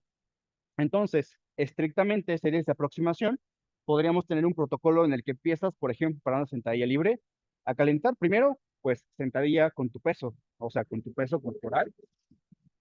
Ya desde ese punto, ¿sale? Podrías darte cuenta si tú produces un valgo de rodillas sin peso, si echas mucho el torso hacia adelante, si se te despegan los talones del piso. Si produces esos gestos sin una carga, ¿qué crees que va a pasar cuando metas una carga? Probablemente se hagan más agudos, ¿no? Entonces ya desde ahí tienes tu primer punto de abordaje. Las series de aproximación también te sirven para darte cuenta qué tan eficiente eres a través del incremento de cargas, ¿vale? O sea, que vayas metiendo más y más kilos, porque también es obvio o natural o parte de que la técnica, a medida que le vamos metiendo más peso, pues se vaya deformando. O sea, eso va a pasar inevitablemente. El punto de la progresión es que cada vez seas más eficiente con más peso, ¿sale? Bueno, si es que tu objetivo es mover más peso, porque si no lo es, pues no tiene chiste, ¿no? Pero también te puede ayudar en ese aspecto. Ahora, lo que te dije hace rato es que a veces malentendemos que las series de aproximación son exclusivas del entrenamiento de fuerza máxima. Fuerza máxima es, quiero mover más kilos en la barra, en un ejercicio X, ¿no? Halterófilos, powerlifters, etcétera. Entonces, no es así, pero hay un protocolo que todavía es más específico que las series de aproximación y que tal vez aquí no es exclusivo, pero sí se ocupa un poquito más en estos deportes de fuerza. ¿Qué es lo que tenían ustedes en el folletito o en la publicidad? El protocolo PAP. PAP hace referencia al significado de las siglas. Potenciación post-activación. Está en inglés. PAP, eso es PAP, ¿no? Entonces, PAP es serie de aproximación, pero con una serie extra de una sola repetición, ¿sale? Con más peso del que vas a trabajar en tus series efectivas. Ejemplo rápido, vamos a trabajar con 100 kilos en sentadilla. Perfecto, hago mis aproximaciones, peso corporal, barra solita, 20 por lado, 30 por lado, y llego a 40 por lado, ¿no? Más 20 de la barra, 100 kilos. Ahí está. Voy a hacer una serie extra de una, normalmente es de una sola repetición, no te diría que hagas más, si es un esfuerzo supra máximo. Por ejemplo, con 105, 110, ya dependiendo de qué tanto busques esa estimulación. No confundir esfuerzo supramáximo de la PAP con 1 RM. La PAP no es hacer una RM, ¿sale? RM es repetición máxima, o sea, el máximo peso que puedes mover. Es solo mover más peso del que vas a mover en esa sesión de entrenamiento. Normalmente sí se utiliza más en protocolos de fuerza. Ahora, lo que ves en las imágenes son recomendaciones generales en torno a cómo puedes ir escalonando las series de aproximación. Aquí, por ejemplo, en la imagen tenemos hasta 6 repeticiones. Dice 4 sets de series de 6 repeticiones con 80 kilos para series efectivas. Quiere decir que antes de llegar a ese peso, a esas repeticiones, pues hiciste con menos kilos y tal. Entonces, toma como referencia el número de repeticiones, ¿sale? Porque para este ejemplo, tu primer serie de aproximación tuvo 6 repeticiones. Pudo haber tenido más, 8, 10, por ejemplo, ¿sale? Pero normalmente dentro de las series de aproximación no haces más, ¿sale? En las últimas series de lo que vas a hacer en las efectivas. O sea, si voy a hacer 6 repeticiones, en mi última serie de aproximación no estoy trabajando con 15 repeticiones. Estás trabajando probablemente con 5, con 6, con 7, tal vez 8, ¿no? Porque ya incrementas el peso y llegas a las efectivas para hacer 6 nada más.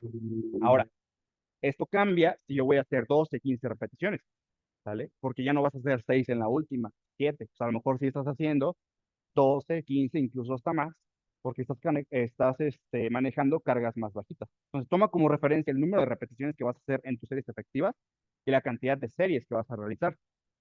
A medida que vamos incrementando la carga en las series de aproximación, se va incrementando también el tiempo de descanso, ¿vale? Normalmente en la primera serie de aproximación, con puro peso corporal, con la pura barra, pues facilito, te vas incluso sin sudar a hacer otra serie de aproximación después de 20 segundos.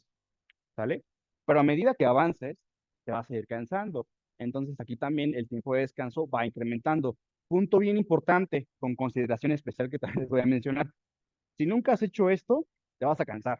Si nunca has hecho movilidad articular, te vas a cansar porque es un estímulo novedoso para tu organismo. Eso aplica en cualquier contexto. Pero de forma general, ya que te hayas adaptado, ni las series de aproximación, ni la PAP, ni la movilidad articular y muscular te tienen que cansar. Son calentamientos, ¿vale? Te lo menciono porque la excepción es, si nunca lo he hecho y lo voy a hacer por primera vez, te vas a cansar, ¿vale? O sea, sí, lo vas a sentir como un entrenamiento difícil, ¿vale? De hecho, tengo algunos presentes por aquí que vivieron esa experiencia presencial de llorar casi, casi con esos ejercicios de estiramientos, ¿sale? Pero tómalo en cuenta, cuando te adaptes, ya no te tienes que cansar, ¿vale? Es un calentamiento, no buscas terminar cansado. Y PAP sería básicamente un mayor énfasis al sistema nervioso. Recuerda que cuando hablamos de metodologías de entrenamiento, hay sistemas que se vuelven protagonistas. Protagonista del entrenamiento de hipertrofia, sistema musculoesquelético, ¿no? ¿Quiere decir que el sistema nervioso ya no funciona? No, no significa eso. Significa que hay un papelito un poquito más protagónico del sistema musculoesquelético. Para la fuerza, normalmente este papel lo tiene el sistema nervioso. Y como te dije hace rato, lo que haces es preparar a tu sistema nervioso para expresar fuerza de forma eficiente en un movimiento determinado. Por eso la PAP, básicamente lo que le está diciendo a tu cerebro es, prepárate para este esfuerzo supramáximo, o sea, vas a mover estos 120 kilos para que luego, entre comillas, sientas un poquito más fácil las series efectivas con 100 kilos. No es que sean más fáciles, a ver, pero preparaste a tu organismo para un esfuerzo más grande. Vas a ser más eficiente con la carga más bajita. Eso es una PAP. Es simplemente un protagonismo al sistema nervioso. Aquí si te digo, probablemente si entrenas exclusivamente de hipertrofia, mm, tal vez no te conviene tanto hacer PAP porque sí te van a cansar bastante, ¿sale? Dentro de lo que cabe de no te deben de cansar, una PAP sí puede cansar bastante. Ahora, entonces, ¿qué pasa si nosotros tenemos antecedentes de sedentarismo, de poca actividad física, de en general falta de movimiento? Lo que puede pasar en prácticamente todos los contextos es que una persona que no ha hecho deporte antes o que a lo mejor de niño no recibió una correcta estimulación motriz o motora, como la quieras llamar, se le va a dificultar el aprendizaje de movimientos. ¿Te has dado cuenta que asesorando o en el gimnasio en general, llega una persona en su primer día y le dices, haz una sentadilla y se queda así como de, y la baja rapidito, ¿no? Y como que le da miedo incluso. Literalmente, tu organismo, principalmente el sistema nervioso, no formó, o bueno, no ha formado hasta este momento las conexiones necesarias con sus músculos para coordinar ese movimiento, ¿vale? Eso es una posible consecuencia. Lo que pasa también con las personas que usualmente se siguen exponiendo a este estilo de vida, pues con falta de actividad física y tal, es que en algunos grupos musculares, pues lo que va pasando es que se van adaptando también a esa falta de movimiento, ¿vale? Entonces, aquí pueden venir, por ejemplo, cifosis, ¿no?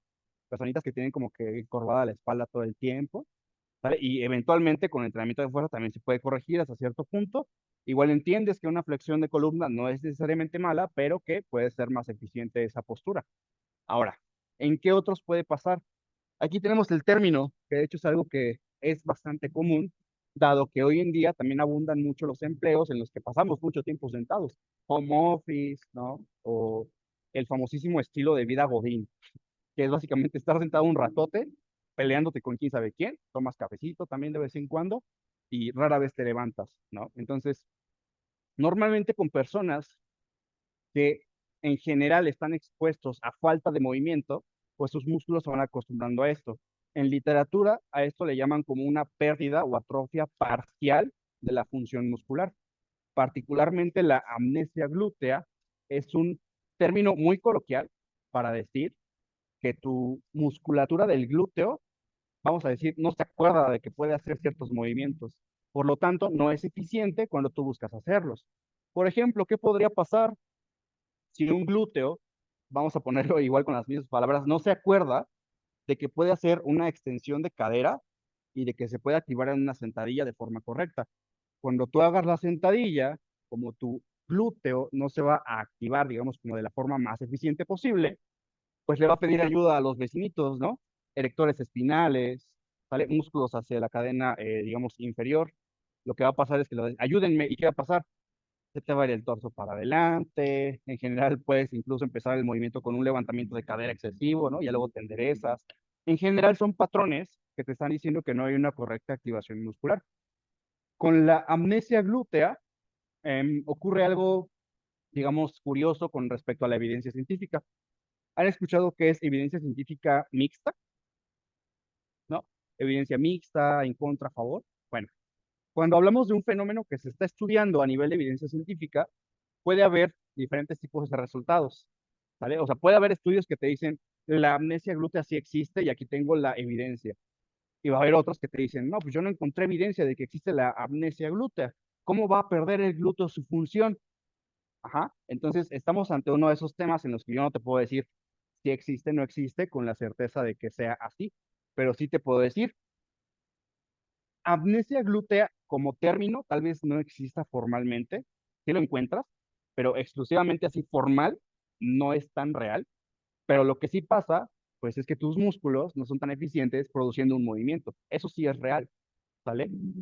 El nombre que le quieras poner, amnesia glútea o el que prefieras, pues es que le llaman de otras formas, pero no recuerdo en este momento.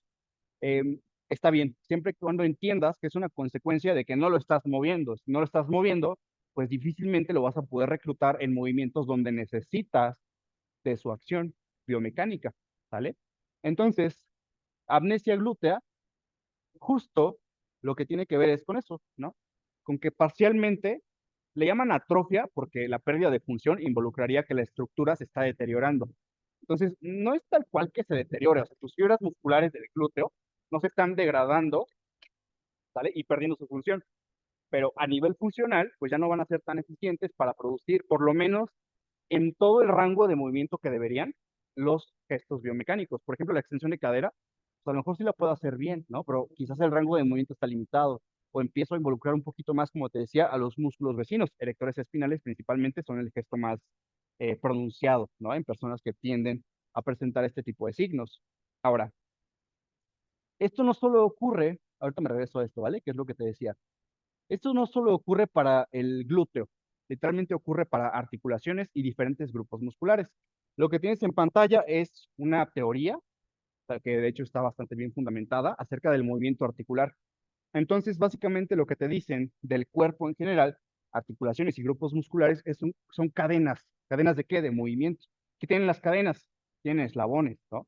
¿Qué pasa con una cadena si un eslabón se colapsa o no está haciendo su función bien? Pues el resto de la cadena se va a alterar, ¿vale? Entonces, esta propuesta de Gray Cook básicamente es a nivel articular, pero te estoy explicando que se puede entonces entender qué pasa en otros grupos musculares y en otras articulaciones, además de la cadera y el glúteo, ¿sale? Y entonces lo que te dice es, normalmente, cuando tú eres capaz de observar un movimiento ineficiente en una articulación, llámese rodilla, cadera, tobillo, columna, lo que sea, casi siempre va a haber una consecuencia directa en las articulaciones vecinas. Lo observas en la rodilla, probablemente también te falta movilidad de tobillo y de cadera, que son las que están más próximas. Ajá. Está en la cadera, bueno, probablemente no tengas mucha movilidad a nivel de la columna, ¿no? No tienes mucha estabilidad a nivel de la rodilla. O sea, fíjate en las articulaciones vecinas. Lo que se propone en este modelo un poco más completo que el sencillo concepto de la amnesia glútea es que también los grupos musculares se ven afectados. Y simplemente es eso. Yo articulación, yo grupo muscular, por X razón, sedentarismo, lesiones, lo que sea, no puedo ejercer mi acción natural. Le pido ayuda a mis vecinos, ¿sale? Y eso hace que las cadenas de movimiento, en general los movimientos, sean menos eficientes. A largo plazo, mediano plazo, ¿qué va pasando? Si no solventamos o tratamos de corregir este comportamiento anómalo de las articulaciones y los grupos musculares, pues que se va empeorando, ¿no? Es ahí cuando viene un mayor riesgo de lesión. No te estoy diciendo que te vas a lesionar, probablemente haya mayor riesgo de que te lastimes si no corriges ese tipo de movimientos y aparte constantemente le estás sometiendo a cargas, a estrés, ¿sale? Entonces es lo mismo que viste en la amnesia glútea, pero ahora extrapolado pues para todo tu cuerpo, ¿no? Articulaciones y grupos musculares. Adelante. Si una persona tiene apnesia glútea, ¿se puede recuperar? Sí, ok. En Zoom preguntan, si una persona tiene amnesia glútea, ¿se puede recuperar? Sí, por supuesto. En primera entendemos que no es un padecimiento tal cual, ¿no? Es una limitación de qué? De capacidad funcional del el glúteo principalmente. Y probablemente de la cadera y por ahí de otras articulaciones y grupos musculares, pero en focus en el glúteo, ¿vale? Entonces, sí, sí se puede recuperar. La palabra más bien sería, se puede mejorar o se puede trabajar. Exacto, se puede rehabilitar. Adelante. El peso humano para Ajá. y cuando les parece, ¿no? Ok. Eh, no sé si puedo activar, es que no me van a ver, pero bueno. Un compañero presencial pregunta, variante de peso muerto rumano. Sabemos que es la variante que tiene un poquito menos de flexión de rodilla que el tradicional, ¿sale? Pero no tiene tan limitada la flexión como un piernas rígidas. O sea, las flexionas, pero tantito, ¿no? Hay un mayor énfasis ¿a quién? A isquiosurales y glúteo, ¿sale? Entonces, el compañero pregunta si el posible dolor en la espalda baja cuando haces un peso muerto rumano ¿Se puede deber a una amnesia glútea? Ok, esa es la duda. La respuesta es, podría ser que sí. ¿Qué es lo que pasa cuando nosotros volvamos al concepto? No se queden tanto con el de amnesia glútea porque te quedas solamente con el glúteo. ¿Quiénes están ahí? Están el glúteo, están los erectores espinales, está la cadera, están un montón de componentes de movimiento, ¿sale?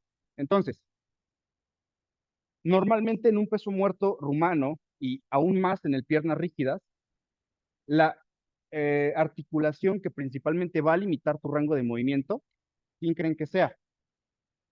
Articulación, que va a limitar tu rango, ¿hasta dónde bajas? ¿Quién? Rodilla, ya dicen, acá cadera, ¿quién da más, quién da menos? A ver, que las dos van a limitar también rodilla, pero principalmente, si yo no tengo una buena movilidad de cadera, ¿qué va a empezar a pasar? Si yo quiero bajar todavía más, voy a empezar a bajar ¿con qué? Con la espalda, ¿no? Bueno, con la espalda, voy a empezar a inclinarme más con el torso. Entonces, es probable que sí, se pueda deber justo a que por un fenómeno de amnesia glútea, llámese incapacidad a nivel de la cadera, del glúteo para producir un movimiento eficiente, le pido ayuda a quién? A erectores espinales, a columna, para que completen un rango de movimiento más completo. Es ahí cuando te dicen a veces, no forzosamente un rango de movimiento más amplio, quiere decir un mejor trabajo, porque depende también entonces de quién está haciendo ese rango de movimiento, ¿vale? Por eso es mucha atención también en el abordaje del calentamiento, detectar posibles deficiencias de movimiento articular y muscular, que de hecho sí lo vamos a abordar en la parte práctica. Pero sí, respuesta rápida para quien preguntó que si se podía recuperar, sí se puede. Hay estrategias también de calentamiento y para la duda de aquí, del peso muerto rumano, puede ser posible uno de los factores que influya en ese dolor lumbar o molestia lumbar. Entonces, esto es lo que te decía. Con respecto al concepto tal cual de amnesia glútea, hay evidencia mixta. O sea, autores te dicen si existe el concepto de amnesia glútea y otros te dicen, pues no tanto, ¿no? Entonces yo te diría, probablemente lo entiendas mejor con la teoría de las uniones de articulaciones de Gray Cook o quédate con la amnesia glútea, la que prefieras, pero entiende que al final del día una falta de movimiento va a generar pues que no haya una buena expresión de fuerza en ese músculo o en esa articulación o grupos musculares y grupos de articulaciones. Allá.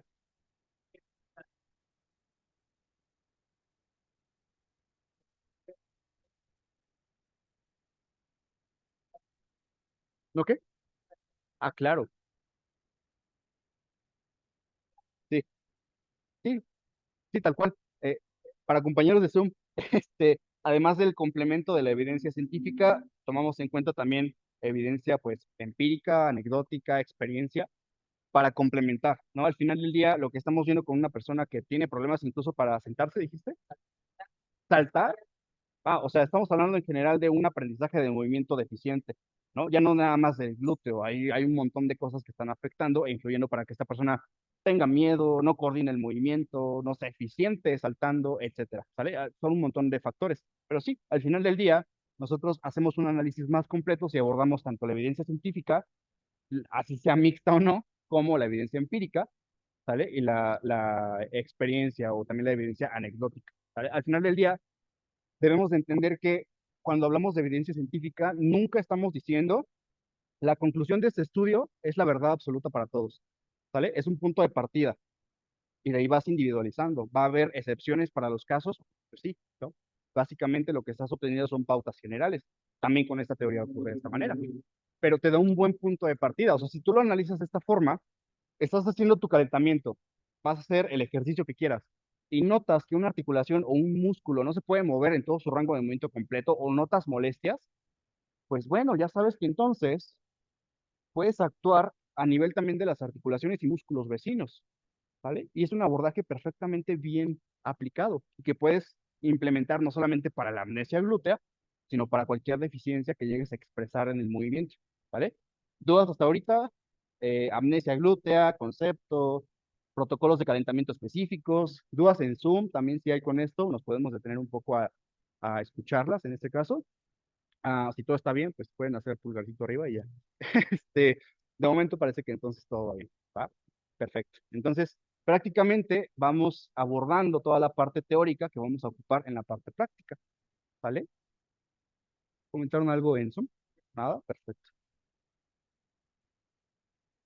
Y esta es básicamente la descripción ahora textual de lo que te estaba comentando. El autor es Gray Cook y es básicamente una teoría le llaman joint by joint, que es básicamente articulaciones unas con otras. Como ves la deficiencia en una en particular, te fijas en las que están unidas o proximales y notas también que probablemente hay una compensación.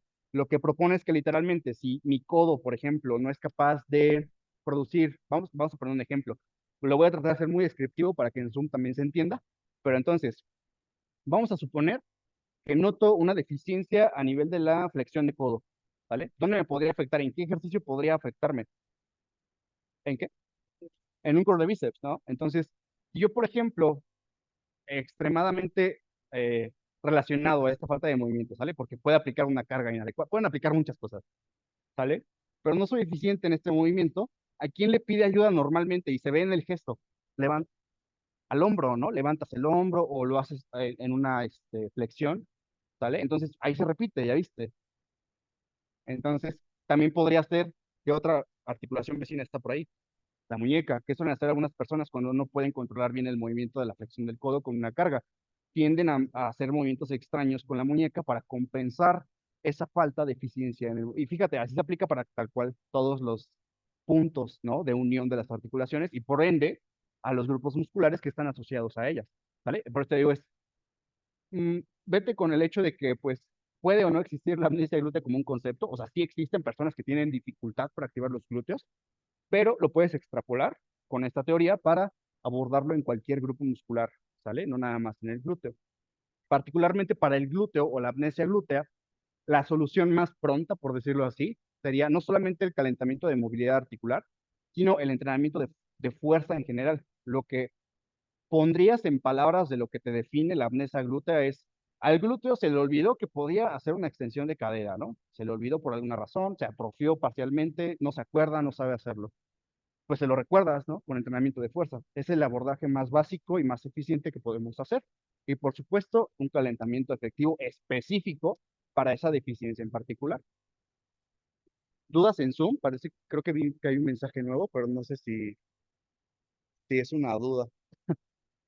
¿Dudas aquí? Nada. Entonces, de nuevo, puntos importantes del abordaje general. Puede aplicar entonces para amnesia glútea, pero así también para otros grupos musculares, ¿sale? En primera, ejercicios de activación del glúteo. ¿Cuáles serían? Pues los ejercicios que tengan movimientos que hace el glúteo. ¿Qué dijimos hace rato que hace? Extensión de cadera, abducción de cadera, ¿no? Entonces, gestos de ese tipo son los que voy a buscar trabajar. Primero sin carga, a través únicamente de la movilidad articular y muscular, y luego, ¿qué voy a ir haciendo? Por ejemplo, puedo empezar a implementar los mismos movimientos ahora con una carga externa, una banda, una mancuerna, me voy a hacer esa aproximación, empiezo a hacer mi hip thrust. No sé hacer un hip thrust, perfecto, vete a una variante biomecánicamente más sencilla, ¿se les ocurre una? Puente para glúteo, ¿vale? Diferencias, pues el patrón de movimiento no tiene el punto de apoyo en el banco, lo tiene en el piso, un rango de movimiento hasta cierto punto más pequeñito, pero hasta cierto punto también es más fácil. Entonces vas progresando. Si no puedes hacer el movimiento compuesto complejo en este momento, buscas una variante que se le parezca mucho, pero que no sea tan complicada, al menos para tus capacidades actuales. ¿Sale? Y entonces, aquí también entran las famosísimas técnicas de liberación miofacial. Este es un término, ahora, como dijimos, la amnesia glútea era un término coloquial, ¿no? Realmente no es tan formal. Amnesia glútea. Mi glúteo no se acuerda de algo. Entonces, está raro, ¿no? Ahora, el término liberación miofacial es ahora lo opuesto, es un término muy fancy para describir algo muy sencillo, que básicamente es, ¿han escuchado qué son los DOMS? Las DOMS, ¿no? Las famosas agujetas o los nudos que te hacen que te producen dolor post-entrenamiento. ¿Sale? En general es eso, es una fatiga post-entrenamiento que llega a producir dolor. Los protocolos de liberación miofacial hablan de la estimulación de una estructura en particular que es la fascia. O sea, la fascia es como una bolsita que está recubriendo el músculo y ya. Entonces, normalmente las técnicas de liberación miofacial tienen el objetivo de relajar las estructuras. ¿Sabes qué? Hay mucho daño, pues podemos implementar una estrategia, por ejemplo, con foam roller o algunas que son un poquito más agresivas, para deshacer los nudos, entre comillas, ¿vale? Para relajar a la estructura y que pueda ser más eficiente ejecutando su acción. Es aquí donde yo te diría, entramos en un terreno de estrategias que yo te puedo decir, no son precisamente obligatorias que ocupes, ¿vale?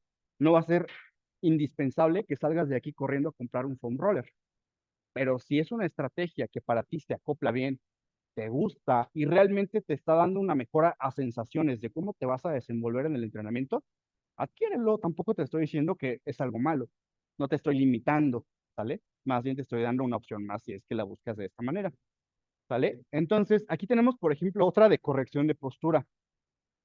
Para empezar, formalmente no existe una postura correcta, ¿no? Así como no hay una técnica universalmente buena, no existe una postura correcta. Eso es un poco más conceptual.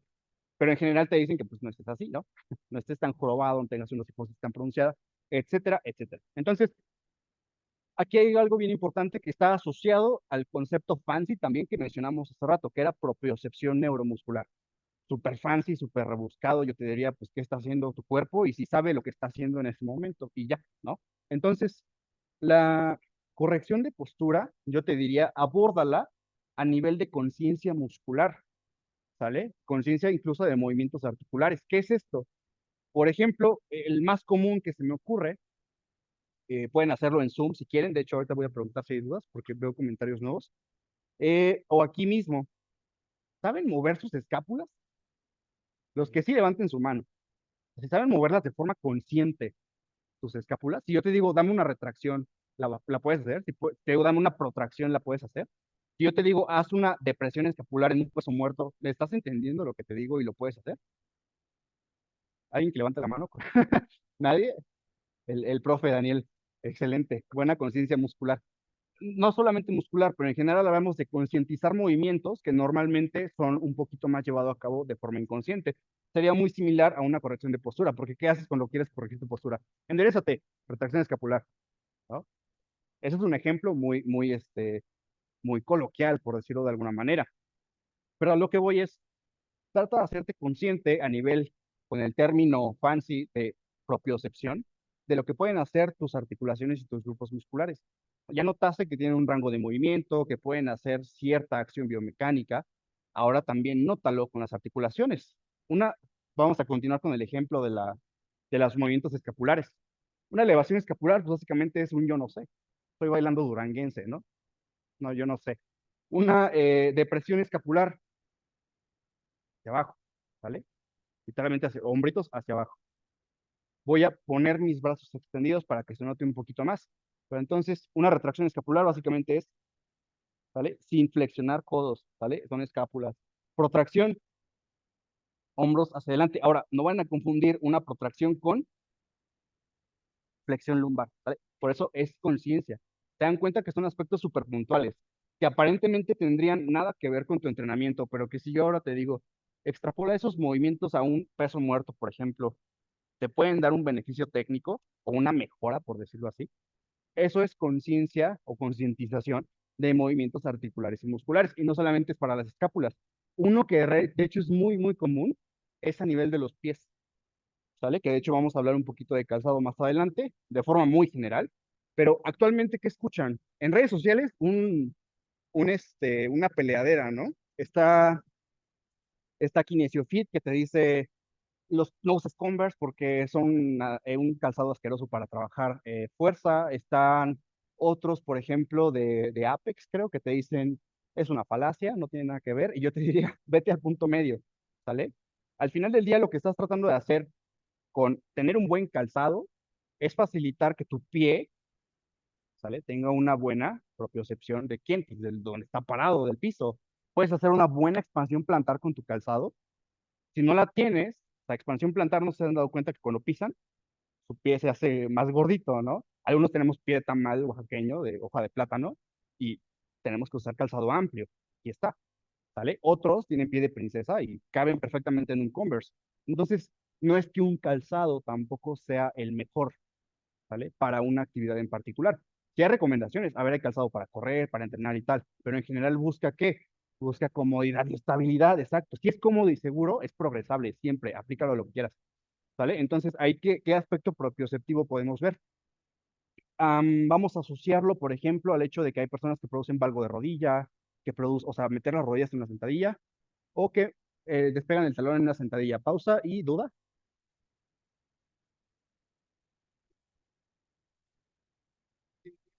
Sí, sí. Ah, ok. Sí, Por la parte sí, va.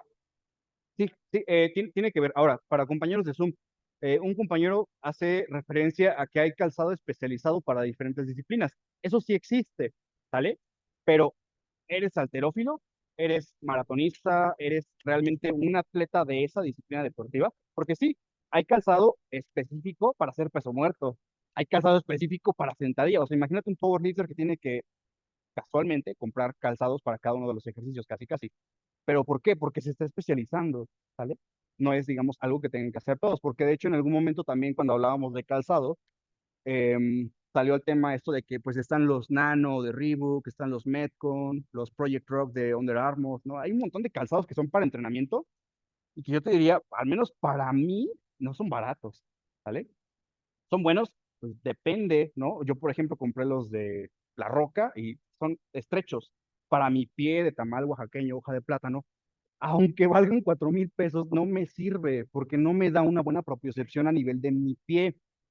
Persona que usa Converse, ¿está mal? No. Si tu pie cabe ahí haciendo una expansión plantar y te permite sentir dónde estás parado, está bien. Sí,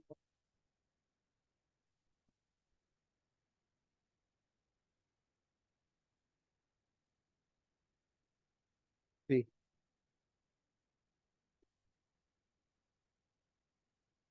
Ya, sí, sí, ok.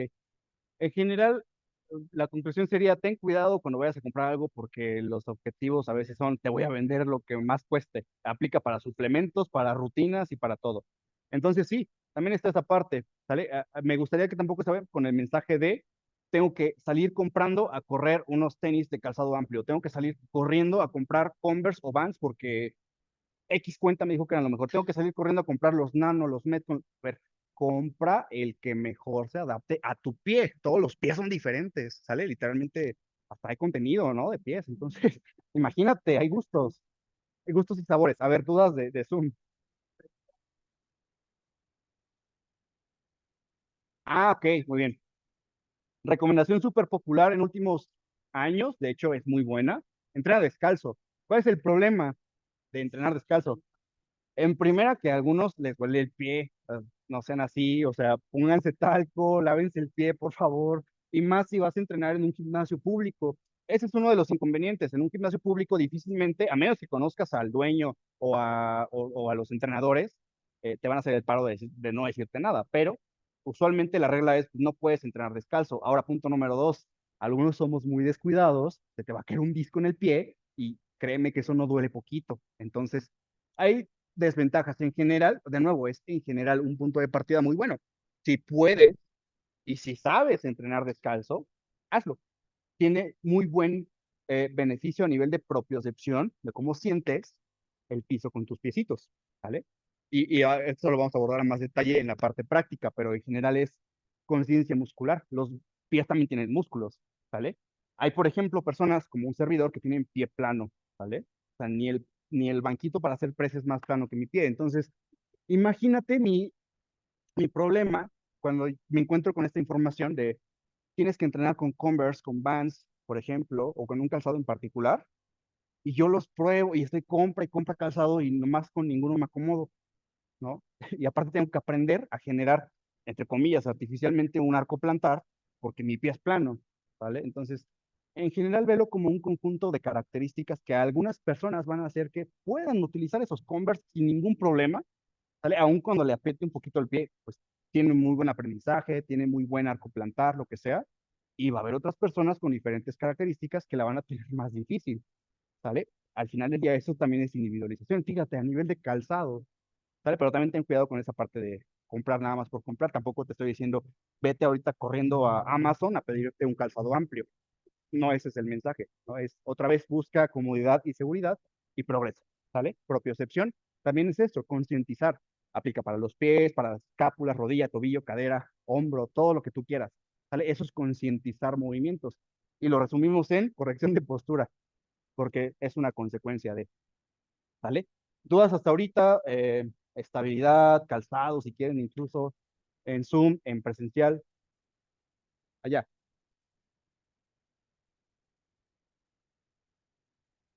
Siempre sube los talones, o sea, levanta el talón cuando hace una sentadilla, sí, o sea, que se puede corregir, sí.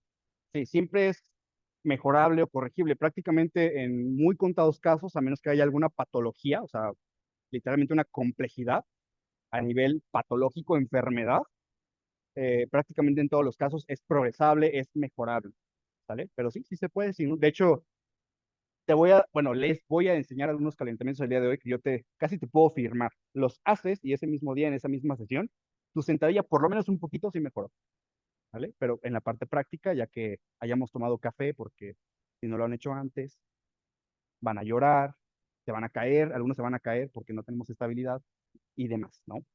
¿Dudas en Zoom no hay? ¿Ninguna? Hay un buen comentario.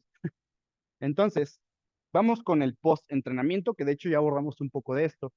Lo comentábamos acerca con los protocolos de enfriamiento, ¿vale? Pero en general, las herramientas que nosotros dijimos que pueden ocupar en el enfriamiento, algunas de ellas no son exclusivas del enfriamiento. De hecho, foam roller, ligas, etcétera, vimos que también se pueden ocupar durante el calentamiento, ¿vale? Entonces, básicamente es el post-entrenamiento, una descripción más detallada de lo que vamos a tratar de solventar a nivel de sensaciones, de consecuencias del entrenamiento, pues después de haber entrenado. DOMS es lo que mencionábamos hace rato. Las conocen en algunos lugares como agujetas, nudos. En general es este dolor post-entrenamiento que presentamos casi siempre y que tenemos como un referente de que tuvimos éxito en el entrenamiento. Aquí es donde yo te digo, recuerda tus bases del entrenamiento. Tu entrenamiento no tiene que producir dolor, ¿sale? ¿Puede haber dolor como consecuencia? Sí, sí puede haberlo. ¿Tiene que estar? No. ¿Es un sinónimo de progreso? Jamás. Ahora, a nivel de mecanismos de hipertrofia, te mencionan daño muscular, tensión mecánica y estrés metabólico. Daño muscular no es un mecanismo tal cual, más bien tómalo como una limitante. Si hay demasiado daño muscular, tal que lo empiezas a detectar a nivel de sensaciones, por supuesto que tu entrenamiento o es un estímulo muy novedoso y te vas a adaptar, ese puede ser un escenario bastante aterrizable de forma rápida, o tal vez estás entrenando demasiado, una carga inadecuada, diferentes factores, ¿sale? Entonces, en general, este dolor suele detectarse de forma aguda o temprana o tardía, ¿vale? O sea, te puedes sentir adolorido al siguiente día o incluso hasta 2, 3 días después. El parámetro general es que puedas sentirte cómodo, sin dolores, para volver a ejecutar el entrenamiento con el mismo movimiento o el mismo grupo muscular, por lo menos 72 horas después, como máximo, mejor dicho. O sea, si después de 3 días de que hiciste tu sentadilla, tu día de pierna, te siguen doliendo un montón y tienes que volver a hacer pierna, escenario 1 es un estímulo muy novedoso, o sea, cambiaste la rutina muy, muy diferente, o sea, muy distinta, muy nuevo para tu organismo y produce mucha fatiga. Caso 2, probablemente estés entrenando demasiado, con alguna carga demasiado alta, no hay una correcta recuperación, porque también puede ser eso. Duermes bien, comes bien para lo que estás entrenando. Hay un abordaje un poco más completo, ¿sale? Pero ese es el panorama general. Entonces, las estrategias de enfriamiento normalmente tienen el objetivo de poder estimular las estructuras. Acuérdate del concepto fancy de hace rato, liberación miofascial. Estimula la fascia muscular. En general, relájate. Iba a decir el nombre de una canción que rima con raja, pero relaja, relájate, ¿no? Y ya, después del entrenamiento. Entonces, lo que vamos a tomar en cuenta también aquí es lo que mencionamos al inicio de la sesión, ¿sale? Nosotros hablábamos de que la reducción de ese dolor, la reducción del riesgo de lesión, ¿sale? Siempre es más un abordaje de periodización, ¿sale? De que realmente estés incidiendo en forma correcta en un estímulo de entrenamiento que sí va a generar fatiga, pero que si esta fatiga es demasiado grande, obviamente la recuperación va a ser más tardía. En términos de adaptaciones a mediano y largo plazo, piénsalo de esta manera.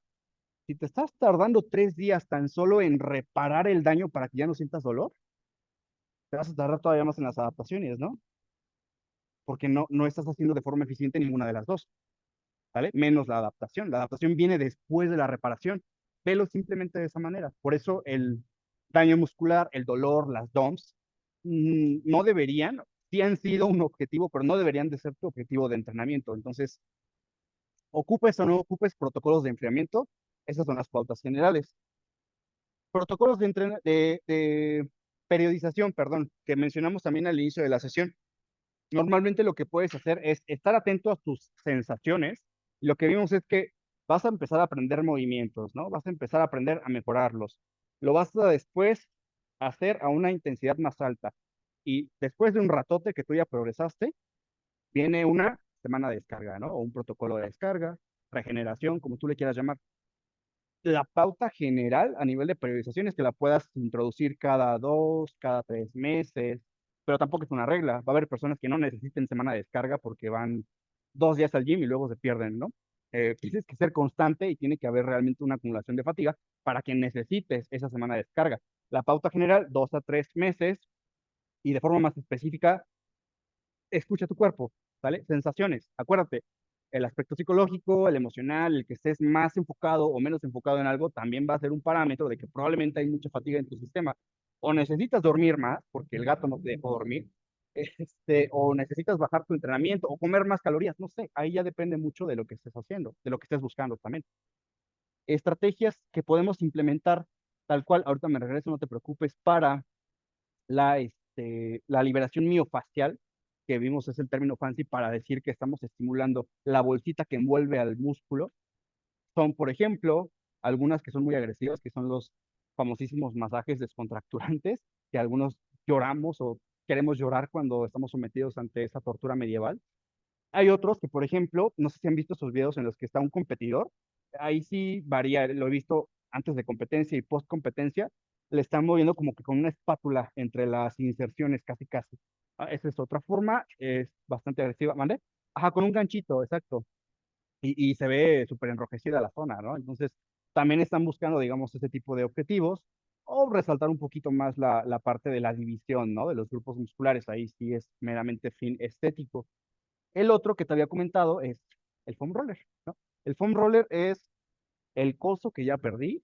Aquí está. Es esta cosa, ¿vale? En Zoom están viendo la presentación, entonces ese rodillo de espuma es el foam roller.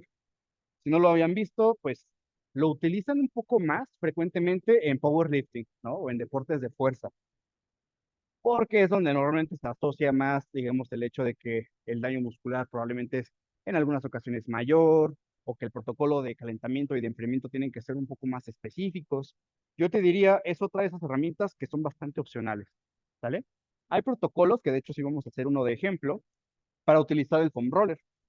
Son en general tratar de que el foam roller pueda recorrer un grupo muscular, ¿vale? Y como tiene bordecitos, así como piquitos, pues básicamente lo que hace es ir relajando o ir como separando. En teoría, como la liberación miofacial involucra que hay como nuditos o bolitas ahí, lo que haces es como deshacerlas, ¿no? Por eso también el masaje es comúnmente utilizado.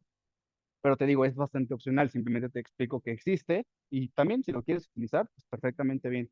A algunos les suele molestar la primera vez que lo utilizan porque suele ser un poco doloroso, pero a medida que te vas adaptando, pues te acostumbras y ya no duele, ¿sale? Igual que prácticamente todo que conlleva una adaptación. Lo que estaba en las diapositivas anteriores es básicamente el proceso de síntesis de proteínas musculares, que es simplemente para que entiendas ahora de forma teórica, fisiológica, el por qué tu dolor no debería de durar más de 2, 3 días, 3 días como máximo, ¿sale? Lo que te decía es que justo lo que nosotros hacemos con el entrenamiento es agregar un estrés, ¿vale? Un estrés que va a producir, sí, daño muscular, estrés metabólico, va a haber tensión mecánica, y después de que te recuperes de ese estrés, viene la adaptación, ¿vale? Uno de esos mecanismos que ocurren dentro de ti, que tú ni en cuenta para que se dé la hipertrofia, que es el crecimiento muscular, es el hecho de que tu cuerpo comienza a sintetizar proteínas. No se ve porque está en la barrita de esta herramienta, pero se llama síntesis de proteínas musculares. Tú todo el tiempo estás sintetizando proteínas. Lo que dice este proceso es que son las proteínas que van específicamente al proceso de hipertrofia, ¿vale? Entonces, este es un proceso que usualmente podemos optimizar a través de qué. Si tú te fijas, hasta 3 días post-entrenamiento, esto normalmente es en individuos con menos experiencia. Individuos con más experiencia suelen tener 2 días de recuperación, más o menos. ¿Te das cuenta que esto cuadra mucho con la sugerencia general de frecuencia de entrenamiento? 2 a 3 por semana. Tiene que ver con esto. Lo que estás tratando de hacer es optimizar que en el momento de que vuelvas a agregar el estímulo estresor, en este caso el entrenamiento, no estés creando una interferencia en el proceso que ya se estaba llevando a cabo. Es lo que te decía hace rato. Piénsalo de esta manera. Tu cuerpo al final del día está invirtiendo tiempo, energía, nutrientes y un montón de cosas en reparar todo lo que le hiciste, ¿no? Porque te dejó la novia y te fuiste ahí a vomitar al entrenamiento. Entonces, ahora imagina, tiene que invertir más o menos de todo esto si hay más o menos daño muscular, ¿vale? Por eso el daño muscular no es un objetivo del entrenamiento. Entonces, si el daño es demasiado grande, vas a tener que meterle un montón de tiempo, de recursos, de energía y tal, de tal manera que la consecuencia sería que la adaptación que ocurre después, pues probablemente tenga menos espacio para suceder, ¿vale? Y aparte estás volviendo a entrenarlo luego. En general estás interrumpiendo o haciendo menos eficientes los procesos. Esa es la mera explicación de por qué viene ahí la sugerencia general de la frecuencia 2, frecuencia 3 para grupo muscular. Adelante. Preguntan, ¿qué pasa si no enfrías? La proteína indirecta te va Ok, duda de Zoom. ¿Qué pasa si no estiras, no enfrías y te vas a tu casa? Pues nada, lo que estás haciendo básicamente es facilitar un poquito, optimizar, esa es la palabra optimizar, el proceso de recuperación para que llegues un poquito más relajado, ¿vale? Pero si te vas perfectamente bien, te cambias en el vestidor, te vas a tu casita y no enfriaste, no hiciste estiramientos, no te estás perdiendo de mucho, ¿vale? Por eso te decía, son esas estrategias que caben dentro de lo opcional. Si te gusta, si te da las sensaciones y el progreso que tú estás buscando, perfecto, tampoco te estoy diciendo que no lo hagas, ¿vale? Son diferentes herramientas, ¿sí?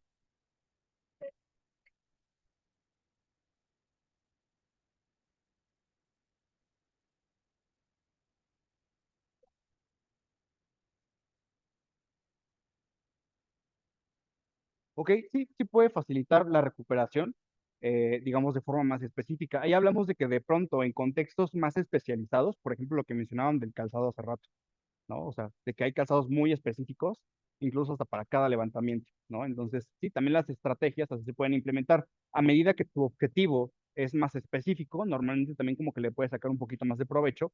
¿A qué? Pues a los protocolos de enfriamiento, de calentamiento, al tipo de calzado que estás usando, al uso de vendas, de aditamentos en general, ¿sale? Porque normalmente pues es donde buscas que haya una mayor, digamos, eficiencia posible. Ya estamos hablando de un aspecto competitivo, o a lo mejor muy específico simplemente, pero sí, es completamente válido. Aquí el mensaje, recuerden que jamás va a ser, no lo hagas, ¿vale? Es más bien ahí está otra herramienta que puedes ocupar en diferentes condiciones. Sí, sí, sí.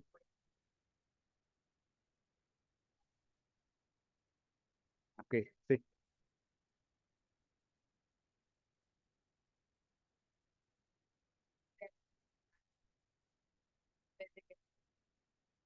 O sea, es el primer abordaje, ok, pregunta para, sí, ya entendí. Contexto para Zoom. Este, compañera describe aparición de dolor tardío, ¿no? O sea, no me duele al siguiente día ni al segundo, o me duele al segundo, pero al tercero me duele todavía más, ¿no? O sea, como que va incrementando esa sensación. Puede haber un montón de factores. El primero es el que describes, que es falta de descanso, ¿no? Nutrición y recuperación en general. Otro puede ser, literalmente hay individuos que presentan recuperación tardía por naturaleza. O sea, también puede ser parte de, pero tendrías que darte cuenta si primero corriges todo lo demás que mencionaste, nutrición, descanso y tal, ¿no? Ahora, hay otra cuestión que podría abordarse que tiene que ver con el concepto de fenómeno de interferencia. ¿Alguien ha escuchado qué es eso? Fenómeno de interferencia. Ok, fenómeno de interferencia básicamente es qué tanto interfiere el trabajo de un movimiento o de un grupo muscular en el trabajo de otro movimiento y de otro grupo muscular, ¿sale? Entonces, aparentemente, pues hay grupos musculares que a lo mejor no tendrían nada que ver, ¿no? Es un ejemplo. ¿El trabajo de piernas creen que afectaría al trabajo de pectorales? No. La respuesta general es no. La respuesta es sí puede. La pregunta era puede, ¿vale? Entonces, ¿va a afectar? Pues va a depender de estos factores.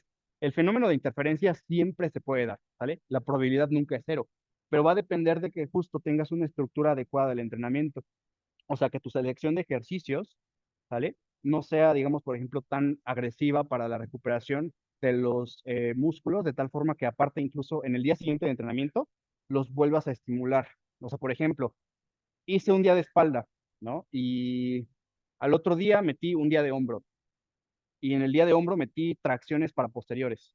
En las tracciones usualmente también hay bueno, un papel importante de toda la musculatura de la espalda. Entonces, no estás trabajando de forma específica la espalda, pero hay que entender que los músculos nunca están aislados. Entonces, podría ser un acomodo diferente también de la estructura de entrenamiento en cuanto al orden de los ejercicios para minimizar lo más posible el fenómeno de interferencia. Eso también puede pasar, por ejemplo, si vamos a suponer, hoy entrenaste pierna, hoy domingo. Mañana entrenas torso, nada que ver entre paréntesis, pero acabando de hacer torso, te fuiste a hacer sprints en la corredora, en la caminadora.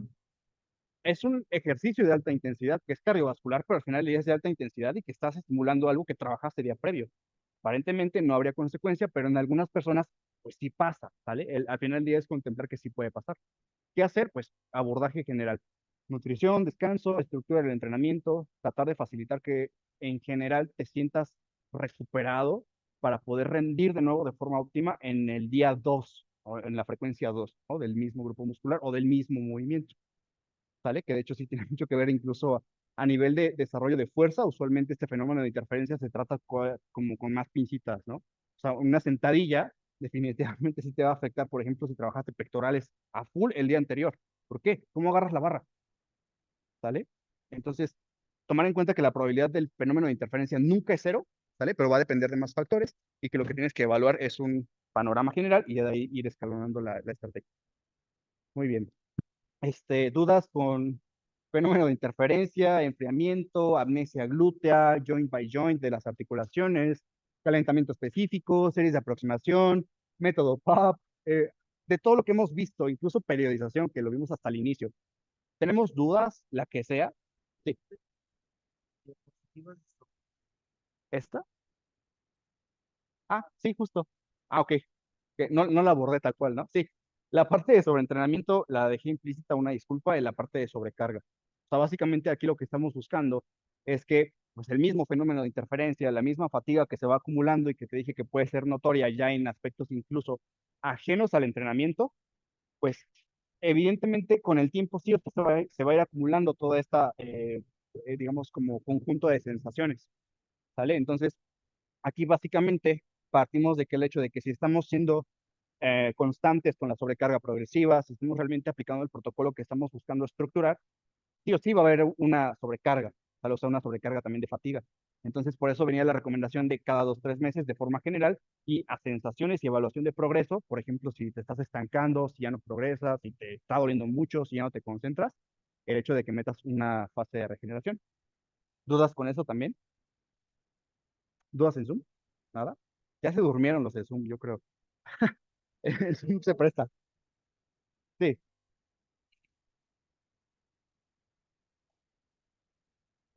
ajá, sí,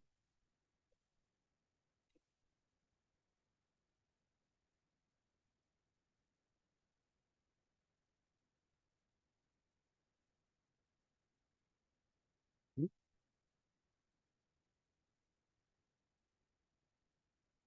ajá, ok. Abordaje de calambres. Abordaje de calambres en general, ok. Sí, ¿no? Cuando se presenta, ¿qué es un calambre para empezar? Incluso a nivel de descripción fisiológica está bien raro, porque una causa así directa, como de que te faltan iones, calambre, o demasiada fatiga, calambre, o sea, es como un conjunto de varias cosas. Pero, ¿qué hacer en caso de un calambre? En primera, sí, espérate a que pase, o sea, que literalmente la sensación desaparezca por completo. Y ya de ahí, pues la idea sería, de nuevo, desde lo general, comienza a movilizarte un poquito, trata de caminar, y si prefieres y puedes, porque aparte estabas en el trabajo, ¿no? O sea, pues ya estira si quieres, pero yo te diría, pues con que camines basta. En general, incrementar el flujo sanguíneo a esa zona que entra en calor para que reciba oxígeno, reciba nutrientes y pueda de cierta forma, pues, recuperarse de esa sensación o falla en la transmisión de información nerviosa, perdón, momentánea que hubo y que propagó el calambre, perdón. Y ya, sería esperar prácticamente que pase por completo y ya de ahí, Sí, yo te diría calentamiento general. O sea, muévete, ¿no? O camina. No creo que quieras trotar. Sí, sí, es que en un calambre se sufre bastante, ¿no? Pero sí, o sea, pasa, bueno, mejor dicho, espera que pase por completo y movilízate en general. Ya si tú buscas ese mayor estímulo, pues puedes estirar a sensaciones, ¿no? Si estiras y te duele, pues mejor no estires también. O sea, ahí sí escucha a tu cuerpo tal cual, ¿no? Preguntas hasta ahorita, síntesis de proteínas musculares, liberación miofascial, foam roller. A ver, sí,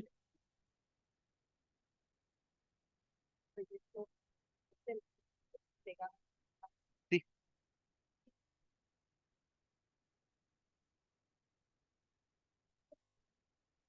ok, sí,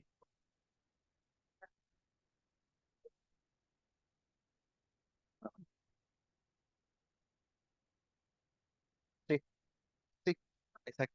Ok, contexto a lo de Zumba. Preguntan en presencial. Cuando se describe una deficiencia de movimiento a nivel del tobillo, usualmente despegas talón en una sentadilla, por ejemplo. La pregunta es, ¿por qué algunas personas comienzan a poner disquitos o a poner algo que le eleve el talón? La respuesta es, funciona como una solución compensatoria temporal. En lo que solucionas tu trabajo de movilidad, en lo que adquieres la capacidad para moverte bien, puedes implementar ese disco, esa tablita, esa superficie, simplemente para que el gesto no te afecte tanto en el patrón de movimiento. Dos, también lo suelen usar personas que sí tienen muy buen aprendizaje y muy buena ejecución, pero que quieren agregar un énfasis, por ejemplo, en la flexión de rodilla para los, exacto, la famosísima variante de Tom Platz. ¿Conocen a Tom Platz? O bueno, a quién fue o en su carrera de culturista.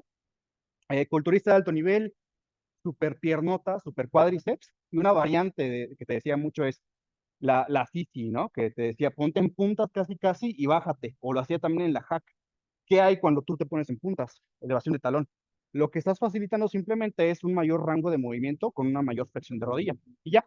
Entonces también puede aplicar para personas que sí tienen igual un buen aprendizaje de movimiento, una buena técnica, pero que quieren trabajar, por ejemplo, un ROM más pronunciado.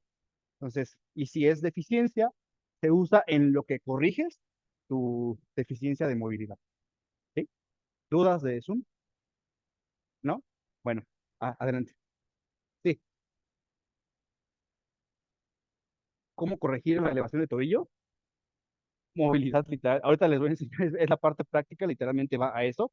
De hecho, aquí la invitación es para todos, ¿no? Incluso en Zoom pueden prender cámaras o hacerlo en su casita, pero para la parte práctica, quienes deseen, que la invitación es para todos, pero principalmente sería muy didáctico que podamos ver sentadillas poco eficientes, no para juzgar, ojo, ¿sale? Porque puede dar pena, pero en general para que digas, ¿sabes qué? Levanto el tobillo, hago un valgo de rodilla, perfecto, vamos a hacer esto. Y te voy dando pautas generales, ¿sabes? Es lo que vamos a abordar, pero sí se puede. Movilidad. En general, la respuesta sería movilidad articular y muscular. Calentamiento específico. Sí, de plataforma. Sí, depende. Ese calzado que tiene la plataforma en el pie, o en el talón, perdón, es usualmente especial para sentadilla o levantamiento. O sea, para levantadores, o sea, si tu objetivo es competir en competencia, bueno, igual depende del reglamento y lo que sea, pero muchas veces se permite el uso de ese calzado y es para eso, para maximizar el levantamiento. Entonces, se vale, ¿no? De forma general, pues aparte son caros, son muy caros esos tenis. Entonces, para una persona que no tiene ese tipo de objetivos, yo lo vería bastante secundario. Ujú. Malo tampoco. Ujú. ¿Más dudas? ¿Nada?